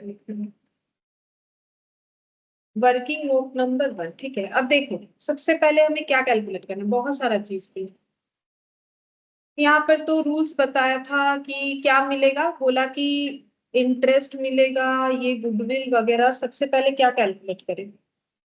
इंटरेस्ट ही करते हैं। इंटरेस्ट जो है वो मिलेगा। चलो इंटरेस्ट कैलकुलेट करते हैं 10% करके। ए का डेथ हुआ है, ए को कितना इंटरेस्ट मिलेगा? 10,000 पे। अब इंटरेस्ट कब तक का देना है, चलो वो पहले देखते हैं। कहाँ इंटरेस्ट देने का बात हुआ है, डी पॉइंट को पढ़ो। देखो इंटरेस्ट ऑन कैपिटल कब तक का मिलेगा? 31 दिसंबर, हाँ फुल ईयर का मिलेगा, ठीक है।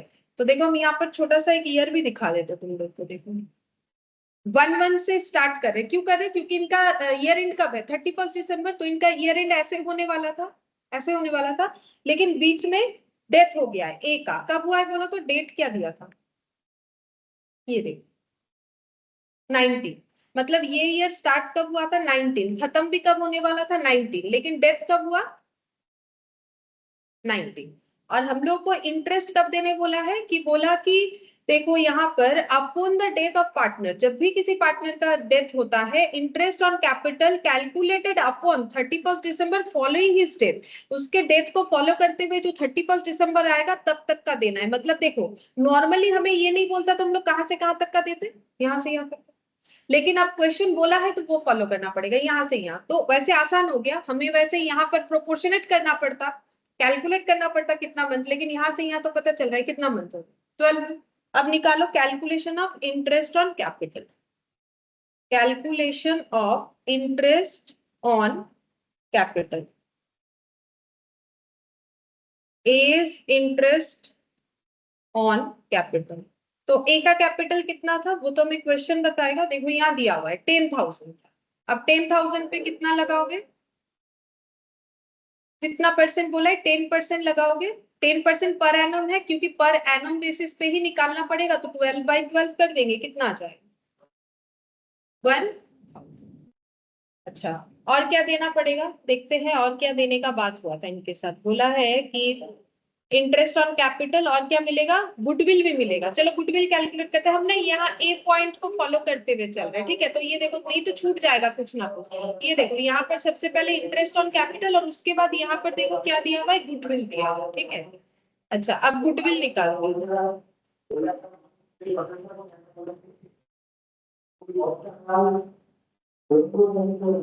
Calculation of goodwill.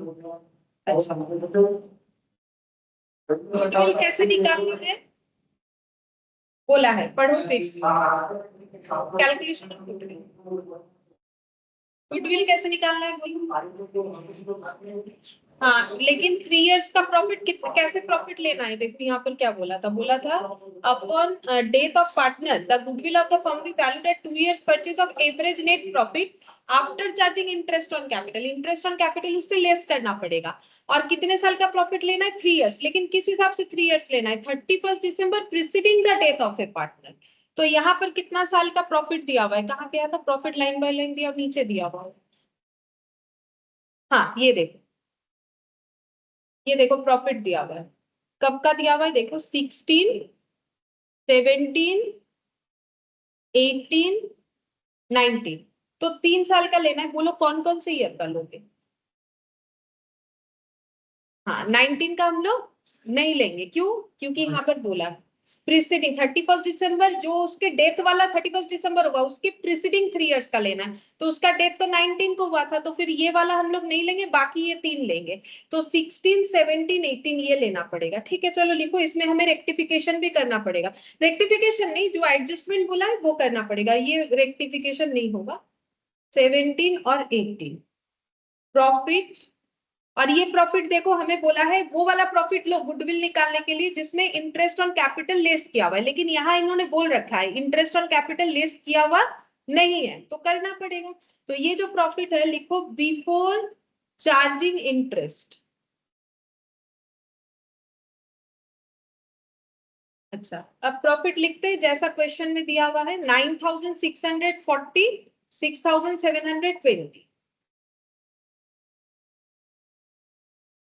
और लास्ट वाला 7,000,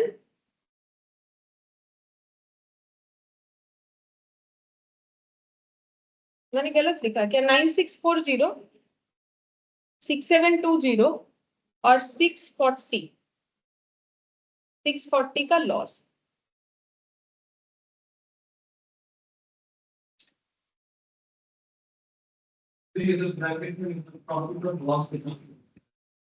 हाँ प्रॉफिट और लॉस एक्चुअली यहाँ पर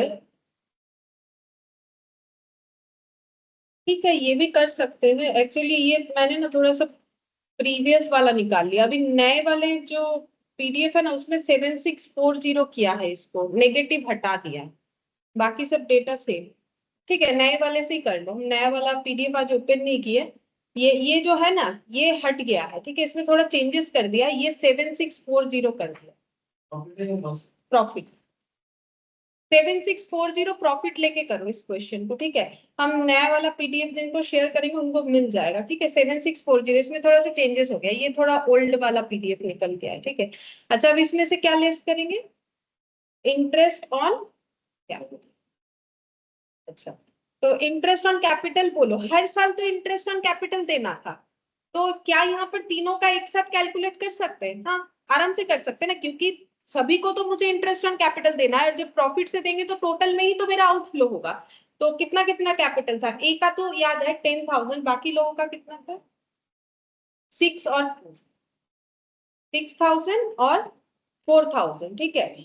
हर साल 10% पर एनम करके, तो कितना हो जाएगा per annum interest on capital, 2,000, 2,000, 2,000, 2,000, ठीक है। हम लोग को आफ्टर चार्जिंग चाहिए था, मिल जाएगा, बोलो माइनस करके कितना आएगा, 7647205640। यहाँ पर लिखना है एडजस्टेड प्रॉफिट आफ्टर चार्जिंग, सिर्फ यही चार्ज करने बोला था, इंटरेस्ट ऑन कैपिटल। और वैसे भी ड्राइंग्स का तो कोई कंसेप्ट था भी नहीं, बता भी दिया था इंटरेस्ट ऑन ड्राइंग्स ये लोग नहीं करते हैं। अब हम लोग इस प्रॉफिट का क्या निकालेंगे, तीनों साल का एवरेज, फिर गुडविल निकलेगा, एवरेज प्रॉफिट निकालो, तीनों add divided by 3।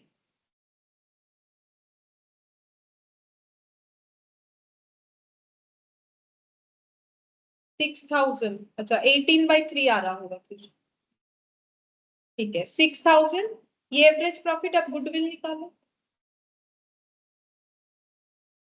Average profit into number of year purchase 2 बोल रखा था, देख लेते हैं यहाँ पर भी 2 बोला है कि हाँ ये रहा 2 बोल रखा है, ठीक है। कितना हो जाएगा 12,000। अच्छा, इसमें हमें किसका शेयर निकालना है? ए का, जिसका डेथ हुआ है। एज शेयर ऑफ गुडविल कितना हो जाएगा?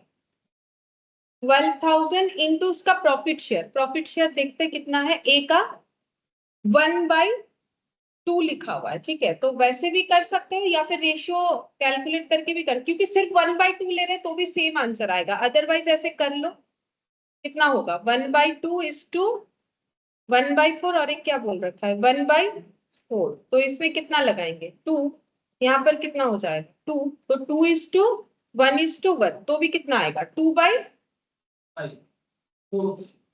तो 2/4 का मतलब हाफ ही हो। ठीक है, तो कितना आ जाएगा 6,000, 6,000 ये देना पड़ेगा। अच्छा चलो, गुडविल भी कैलकुलेट हो गया। और क्या मिलेगा?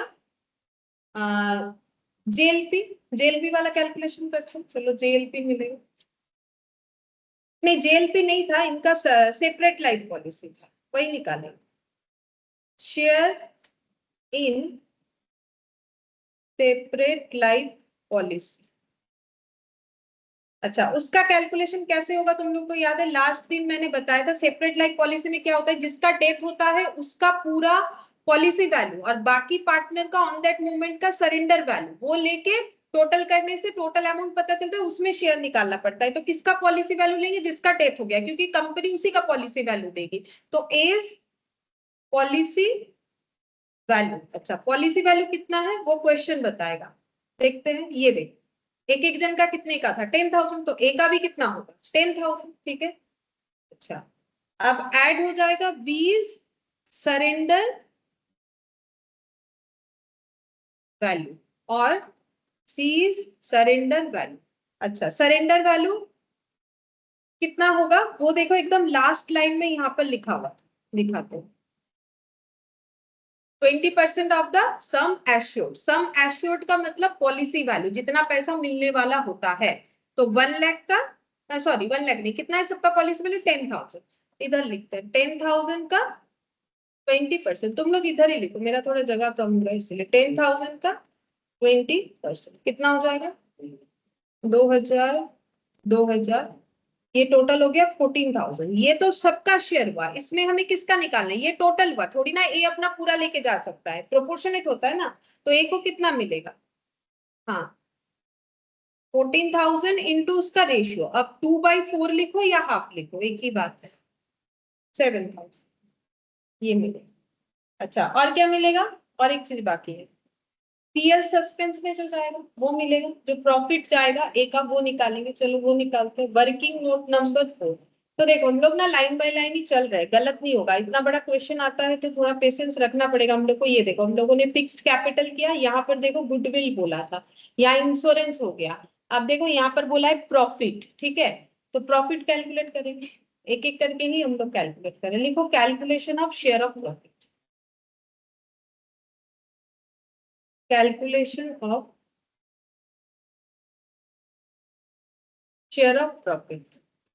अच्छा, प्रॉफिट कैसे दिया जाता है उसके बारे में कुछ बताया था, देखते हैं। देखते हैं क्या बोला है द गुडविल। अच्छा, यहाँ पर बोला ये देखो, he is to be credited with share of profit calculate upon 31 December following his death.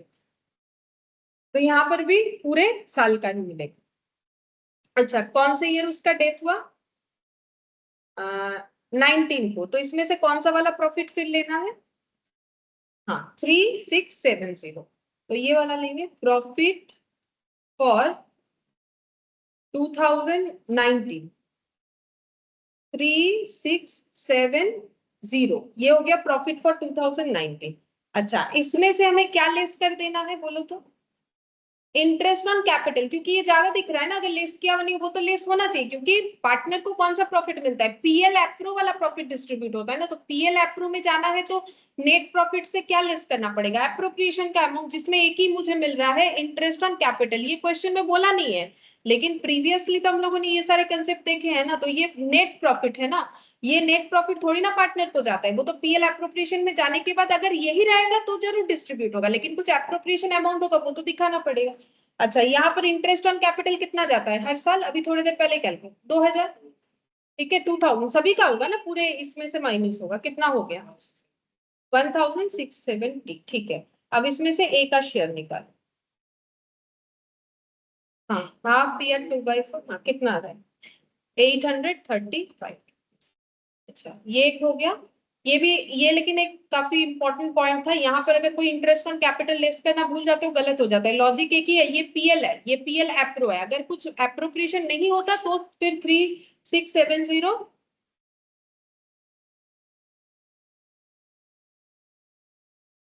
तब 3670 जो है हम लोग डिस्ट्रीब्यूट कर सकते थे। अच्छा, और क्या जाएगा? और हम लोग का एक रिवैल्यूएशन आएगा, क्योंकि देखो एक अनरिकॉर्डेड लाइबिलिटी दिख रहा है तुम लोग, तो अनरिकॉर्डेड लाइबिलिटी जो है वो हम लोग का क्या होता है, रिकॉर्ड करने पे वो रिवैल्यूएशन प्रॉफिट में जाता है ना।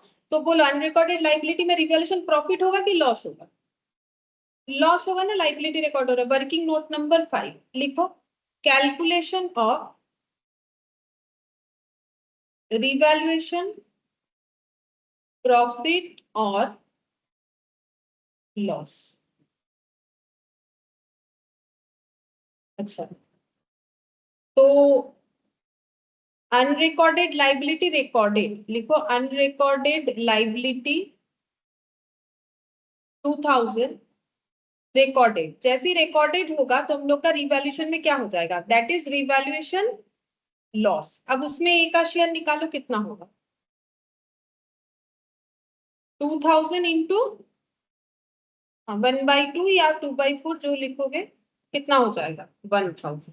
बस, और कुछ नहीं है, यही सारे चीज मिलने वाले हैं ए को। अब हम लोग इसको लिखेंगे, ए करेंट अकाउंट में और ए का कैपिटल अकाउंट में, उसके बाद एग्जीक्यूटर में भी हम लोग लिखेंगे। तो सबसे पहले यहाँ पर हम लोग करेंट अकाउंट में क्या लिखेंगे? बैलेंस। ठीक है, चलो देखते हैं ए का करेंट अकाउंट का बैलेंस कितना है। कैपिटल का तो पता है 10,000 था कैपिटल का। अच्छा, करेंट अकाउंट का ये देखो कितना दिया हुआ है, 450। ठीक है, कुछ नहीं बोला है तो क्रेडिट, तो किधर लिखोगे? इधर बाई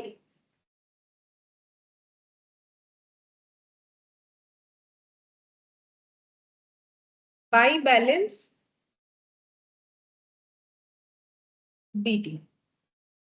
अच्छा, अब जो भी कैलकुलेट किए हो एक एक करके लिखो, जो मिलेगा। सबसे पहला कैलकुलेशन हम लोग का क्या था? इंटरेस्ट ऑन कैपिटल, तो क्या लिखोगे? बाई इंटरेस्ट ऑन कैपिटल लिखो, बाई इंटरेस्ट ऑन कैपिटल 1000। अच्छा, उसके बाद और क्या मिला? शेयर ऑफ गुडविल कितना है? 6000 है। तो ये देगा कौन? इसका एंट्री क्या होता है? B's capital account debit, C's capital account debit to A's capital. तो कैपिटल तो होगा नहीं, यहाँ पर सारे करेंट अकाउंट होंगे, तो हम लोग इसको शेयर और नहीं निकाल रहे, इसका वर्किंग नोट नहीं भी करोगे तो भी चलेगा कि बी और सी कितना कंपेंसेट कर रहा है। हम लोग ऐसे अगर लिख देंगे by B and C current account तो भी तो चलेगा, और अगर अलग अलग निकालोगे तो फिर अलग लिख देना। ठीक है, कितना टोटल कितना आएगा? 6000। देखो जो कैलकुलेट किए हो तुम लोग, 6000 ही तो मिलेगा ना इसको, ए को। ठीक है, अच्छा, और उसके बाद और कौन सा क्या मिलने वाला है? हाँ, ये वाला ए का शेयर 7000 लिख, बाई शेयर ऑफ पॉलिसी 7000। अच्छा, और क्या मिलने वाला है? पीएल सस्पेंस ना, नहीं, हाँ 835 बाई, ये पीएल सस्पेंस नहीं नहीं लिखना है, क्यों क्यों बोला? तो ये तो ईयर एंड तक चला, 31 दिसंबर बन गया ना, तो इसको पीएल सस्पेंस नहीं लिखेंगे, शेयर ऑफ डायरेक्टली प्रॉफिट लिखेंगे, क्योंकि यहाँ तो चेंजेस ही कर दिया, बोला ही नहीं कि up to date of death. ठीक है, बोला कि फॉलोइंग जो ईयर है वहां तक जाना है हमें, 835। अच्छा, एक हुआ था रिवैल्यूएशन लॉस लास्ट, तो वो तो इधर आएगा डेबिट साइड में। टू क्या लिखोगे? रिवैल्यूएशन लॉस कितना आया वो वाला हम लोग का? 1000 शायद। अच्छा, यहाँ एक ड्राइंग्स भी था, ड्राइंग्स कहाँ दिखाएंगे? करेंट अकाउंट में जो क्वेश्चन में दिया हुआ था 3000, किधर लिखना चाहिए drawings? To side, to drawings 3000। बस, और तो कुछ नहीं मिलेगा। अब इसको टोटल करो, टोटल करके देखो कितना आता है। 15285 टोटल, 15285 टोटल, और बैलेंस करके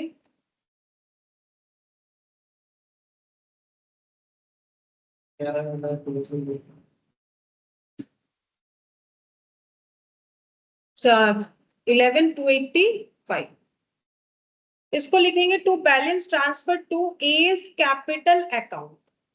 देखो क्योंकि हम लोगों ने करेंट अकाउंट में क्या किया कि ये चेक कर लिया कि करेंट अकाउंट का सारा चीज अगर एडलेस, क्योंकि सारी चीजों को मुझे करेंट अकाउंट में ही दिखाना पड़ेगा क्योंकि इनका फिक्स्ड कैपिटल मेथड होता है। लेकिन ए जो है वो थोड़ी ना सिर्फ अपने करेंट अकाउंट का बैलेंस और ये सब लेके जाएगा, वो तो अपना कैपिटल का बैलेंस भी लेके जाएगा। तो ये अमाउंट तो वो लेगा ही लेगा साथ में, और कितना लेगा फिर कैपिटल का 10,000। बाकी तो सब उसे मिल गया है। कैपिटल में क्या लिखोगे, बाई बैलेंस बीडी। ए का कैपिटल कितना था, 10,000 था ना, हम लोगों ने 2-3 बार यूज किया उसका इंटरेस्ट निकालने के लिए।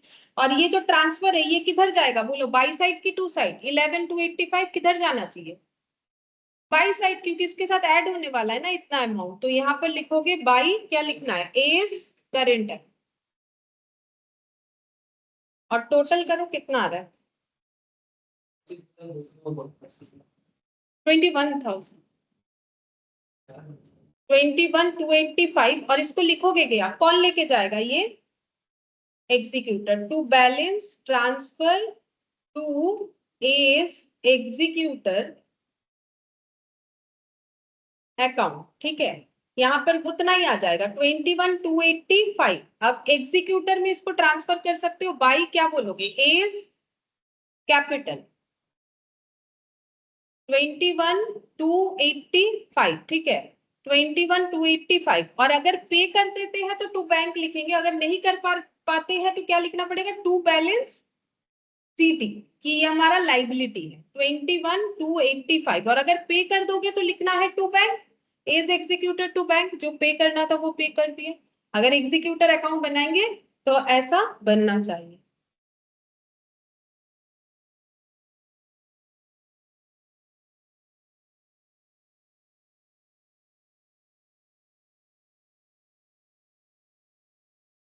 और ये जो गुडविल है उसका अगर तुम लोग गेनिंग शेयर निकालोगे तो दो अलग अलग निकल जाएगा। उस केस में ये कंबाइनली नहीं लिख के इसको तुम लोग अलग अलग लिख देना, जितना होगा कर लोगे ना कैलकुलेट, ठीक है। और थर्ड वाला कर लेते हैं, वो छोटा सा क्वेश्चन, बस वही लास्ट करेंगे। थर्ड वाला देखो इसमें क्या बोला है, the following is the balance sheet of messrs ABC brothers as at 31 December 2019। A का कैपिटल दिया है, ए सॉरी ए का सभी का दिया हुआ है, एबीसी का कैपिटल दिया हुआ है, general reserve, trade payable, machine, furniture, fixture, cash, inventory, trade receivable, provision for doubtful debt. सी डाइट, अच्छा 3rd Jan 2020 the following agreement was to be put into effect. बोल रहा है एसेट को रिवैल्यू करना है, बोला है कि मशीन को 5850, तो मशीन का वैल्यू बढ़ गया। फर्नीचर को 2300, फर्नीचर कम हो गया। इन्वेंट्री का 750, यानी इन्वेंट्री हम लोग का क्या हो गया है, कम हो गया है। गुडविल का वैल्यू हुआ है 3000 and was to be credited with share without using a goodwill account. तो हम लोग गुडविल अकाउंट वैसे भी तो यूज नहीं करते, क्या अकाउंट यूज करते हैं, partners capital account. 1,000 to be paid away to the executor on the date partner on 5th Jan। अच्छा यहाँ बोला है कि कितना पेमेंट होगा एग्जीक्यूटर को, हाँ कितना है वो देखेंगे, लेकिन 1,000 तो पेमेंट होगा बोल रहा है। जर्नल एंट्री करने बोला है गुडविल एडजस्टमेंट का, रिवैल्यूएशन अकाउंट, कैपिटल अकाउंट। और थर्ड नंबर पॉइंट एक थ्योरी है वो बताते हैं क्या है। सबसे पहले जर्नल एंट्री बनाएंगे गुडविल के बेसिस पे, चलो जर्नल एंट्री बना। इलास्ट्रेशन 3, अच्छा यहाँ पर जर्नल एंट्री तो एक ही होगा, यहाँ एक जर्नल एंट्री हो जाएगा, डेट, पर्टिकुलर्स, गुडविल का तो एक ही एंट्री होगा ना, डेबिट और क्रेडिट, ठीक है। यहाँ पर गुडविल का एंट्री हो जाएगा। उसके बाद और क्या बनाने बोला, रिवैल्यूएशन अकाउंट और पार्टनर्स कैपिटल है, तो ये जगह बना लेते हैं, पीछे वर्किंग नोट बन जाएगा, इसमें ज्यादा टाइम नहीं लगने वाला, इसीलिए करो। रिवैल्यूएशन अकाउंट और पार्टनर्स कैपिटल,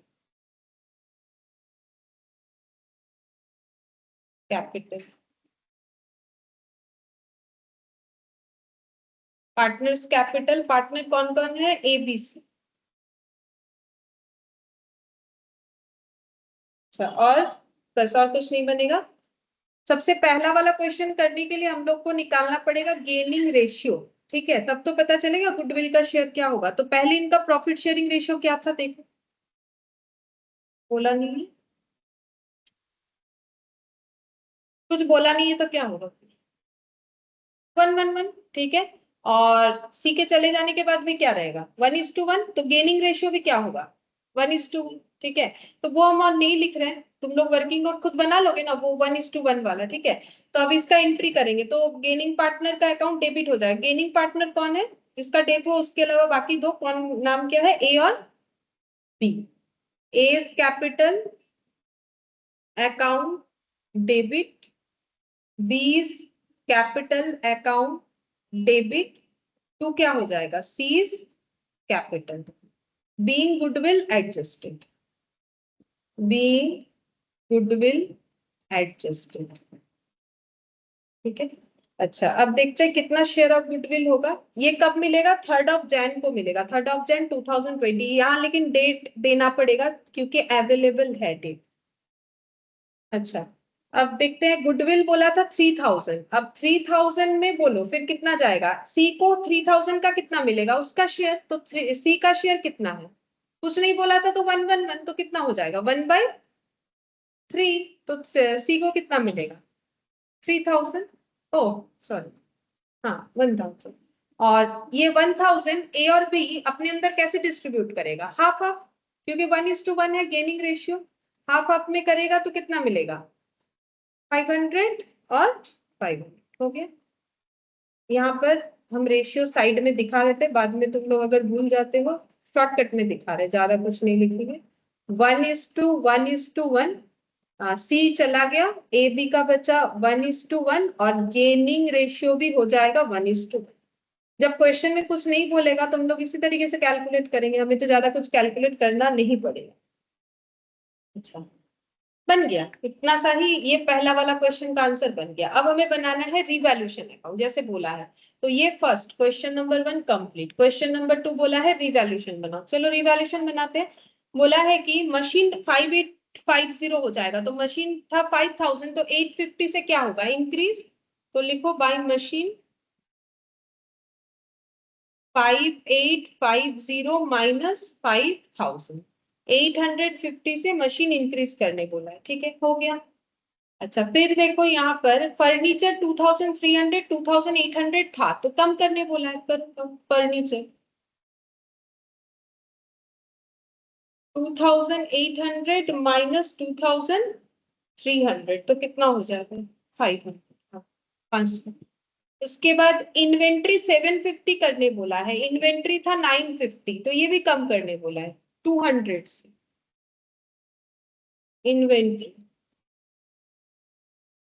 950 माइनस 750, 200। अच्छा, अब देखो एसेट जो भी रिवैल्यूएशन बोला था कर दिए, ये तो गुडविल है, ये हम लोग कर चुके हैं, ये रिवैल्यूएशन में नहीं आएगा। और ये पेमेंट होगा, ये बताया, बस हो गया, रिवैल्यूएशन भी कंप्लीट। अब देख लो प्रॉफिट लॉस क्या है, इतना ही बनेगा, मैंने इतना जगह रखा है, चलो 850, और यहाँ पर 850 कितना आएगा, 700 माइनस हो रहा है, 150 आ जाएगा, ठीक है। To profit on revaluation, to revaluation profit, A B C तीनों को जाएगा, कितना कितना होगा, इक्वल रेशियो है, मतलब 3 से डिवाइड कर दो, 50-50-50, 1:1:1 हो गया, ये भी आसान है। अच्छा, अब हम लोग कैपिटल अकाउंट बना लेते हैं, बाई बैलेंस बीडी, 4100 4100 4500 लिखो, 4100 4100 4500। जनरल रिजर्व एक था, वो डिस्ट्रीब्यूट करेंगे 1500 का, बाय जनरल रिजर्व 1500 इक्वली तीनों में डिस्ट्रीब्यूट होगा, तो कितना होगा, 500 500 500। अच्छा, और क्या होगा, रिवैल्यूएशन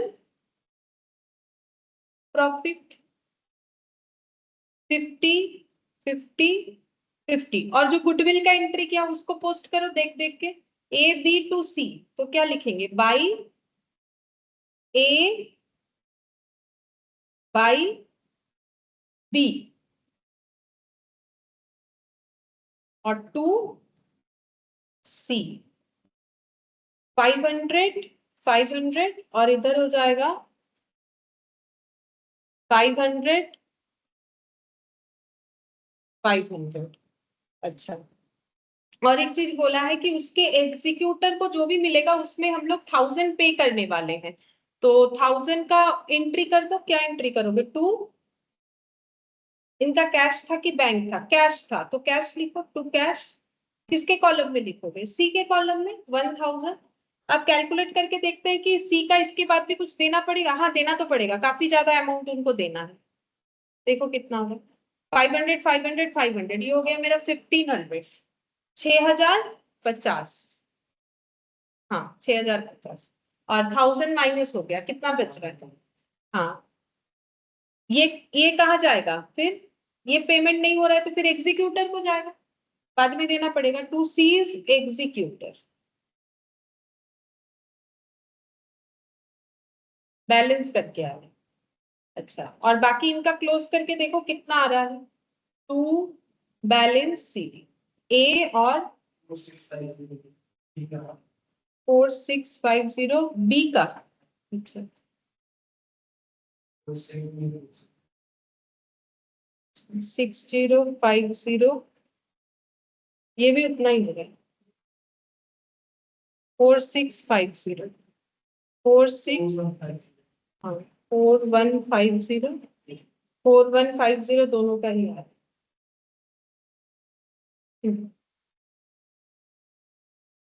और एक थ्योरी क्वेश्चन था वो बता दें। ये हो गया, बन गया। ये आसान था, अभी तक हम लोगों ने जितना भी डेथ का क्वेश्चन किया ये सबसे आसान। अच्छा, अब इसके बाद एक थियोरिटिकली क्वेश्चन पूछा है, पॉइंट नंबर 3, उसको लिखवा देते हैं, ज्यादा बड़ा नहीं है। पूछा है कि which account would be debited and which account credited if the provision for doubtful डेब्ट इन द बैलेंस शीट, ये जो है, to be found unnecessary to maintain at the death of C. बोल रहा है कि सी के डेथ के बाद उनको ये नहीं लग रहा है कि ये अकाउंट और मेंटेन करना है, तो अगर नहीं करना है तो कौन से अकाउंट को डेबिट करोगे, कौन से अकाउंट को क्रेडिट करोगे, इसको हटाने के लिए बोलो। तो इसका तो एंट्री हुआ होगा तभी ये ऐसे दिख रहा है, तो फिर किसी चीज को हटाने के लिए क्या एंट्री देना?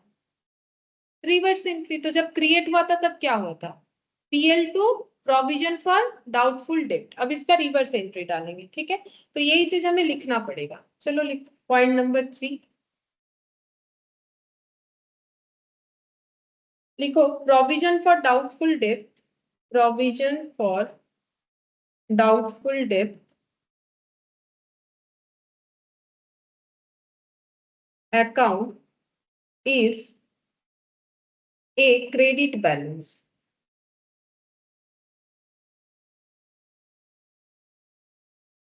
To close the account,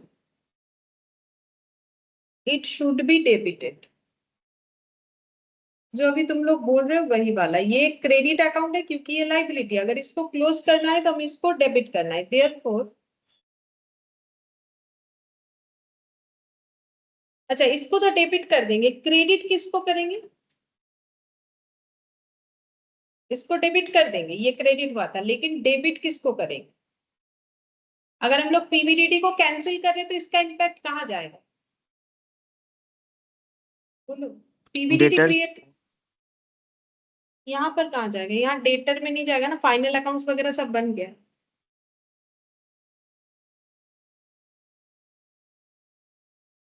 पीवीडीटी create करते हो कहाँ दिखाते हो, कौन से अकाउंट? सोचो पार्टनरशिप में क्या क्या अकाउंट बनता है, कितना बार बनाए हो, अभी थोड़ी देर पहले बना। रिवैल्यूएशन, सही बोला, रिवैल्यूएशन। देयरफॉर, क्योंकि अभी तो इसका इम्पैक्ट कहाँ देंगे, डेटर पे नहीं दे सकते ना, फाइनल अकाउंट्स वगैरह सब बन गया है। अब सी के डेथ के बाद क्या होगा, इसमें अगर नहीं रखना है तो क्या करेंगे? रिवैल्यूएशन में दे देंगे। अगर मेरा क्या हो रहा है, ये बेसिकली क्या है, लॉस है, तो लॉस मेरा कम हो रहा है। अगर मुझे ये रखना नहीं है, हटाना, जैसे क्रिएट करते हो तो रिवैल्यूएशन में दिखाते हो, उसको डिस्कार्ड करोगे तो भी रिवैल्यूएशन में दिखाना है। देयरफॉर इसका दो ऑप्शन है, आइदर रिवैल्यूएशन अकाउंट और एक भी होता है, या फिर एक क्वेश्चन किए थे हम लोग, एक नहीं दो क्वेश्चन किए थे कि प्रॉफिट एंड लॉस अकाउंट को दोबारा ओपन किया जा रहा है, उसके बाद पीबीडीटी को 4% से बढ़ा के 6% किया गया, वो भी एडमिशन होने के बाद डिसाइड हुआ, या फिर रिटायरमेंट का एक क्वेश्चन था, तो वहां पर मैंने बोला था उसका जो इम्पैक्ट है वो पार्टनर पे आता है, ठीक है, उस पे स्टार लगवाया था कि ये एंट्री तुम लोग को याद रखना है। तो या तो रिवैल्यूएशन अकाउंट में आएगा या फिर कहाँ आना चाहिए, पार्टनर्स, या फिर पार्टनर अपने अंदर इसको डिस्ट्रीब्यूट कर लेंगे, पार्टनर्स कैपिटल, क्योंकि वैसे भी रिवैल्यूएशन में डालोगे तो इम्पैक्ट कहाँ आता है, पार्टनर्स कैपिटल में ही आएगा, ठीक है। तो पार्टनर्स कैपिटल अकाउंट, अब इसमें कौन कौन पार्टनर को लोगे, ए को भी लेना है, बी को भी लेना है, ठीक है, and also is to be credited, क्योंकि रिवैल्यूएशन बनाओगे तो फिर एबीसी तीनों को ही लेना पड़ेगा, ठीक है, और उसका इम्पैक्ट भी तीनों पे ही आएगा। तो प्रोविजन अकाउंट हम लोग का डेबिट तो होगा ही, क्योंकि वो क्रेडिट आइटम है, बाकी इसको हमें क्या करना है, इसको डेबिट कहां पर करना है, फिर रिवैल्यूएशन अकाउंट में, सॉरी क्रेडिट कहां पर करना है, रिवैल्यूएशन अकाउंट में या पार्टनर्स कैपिटल अकाउंट, ठीक है। इसके बाद बाकी हम लोग नेक्स्ट क्लास में करेंगे।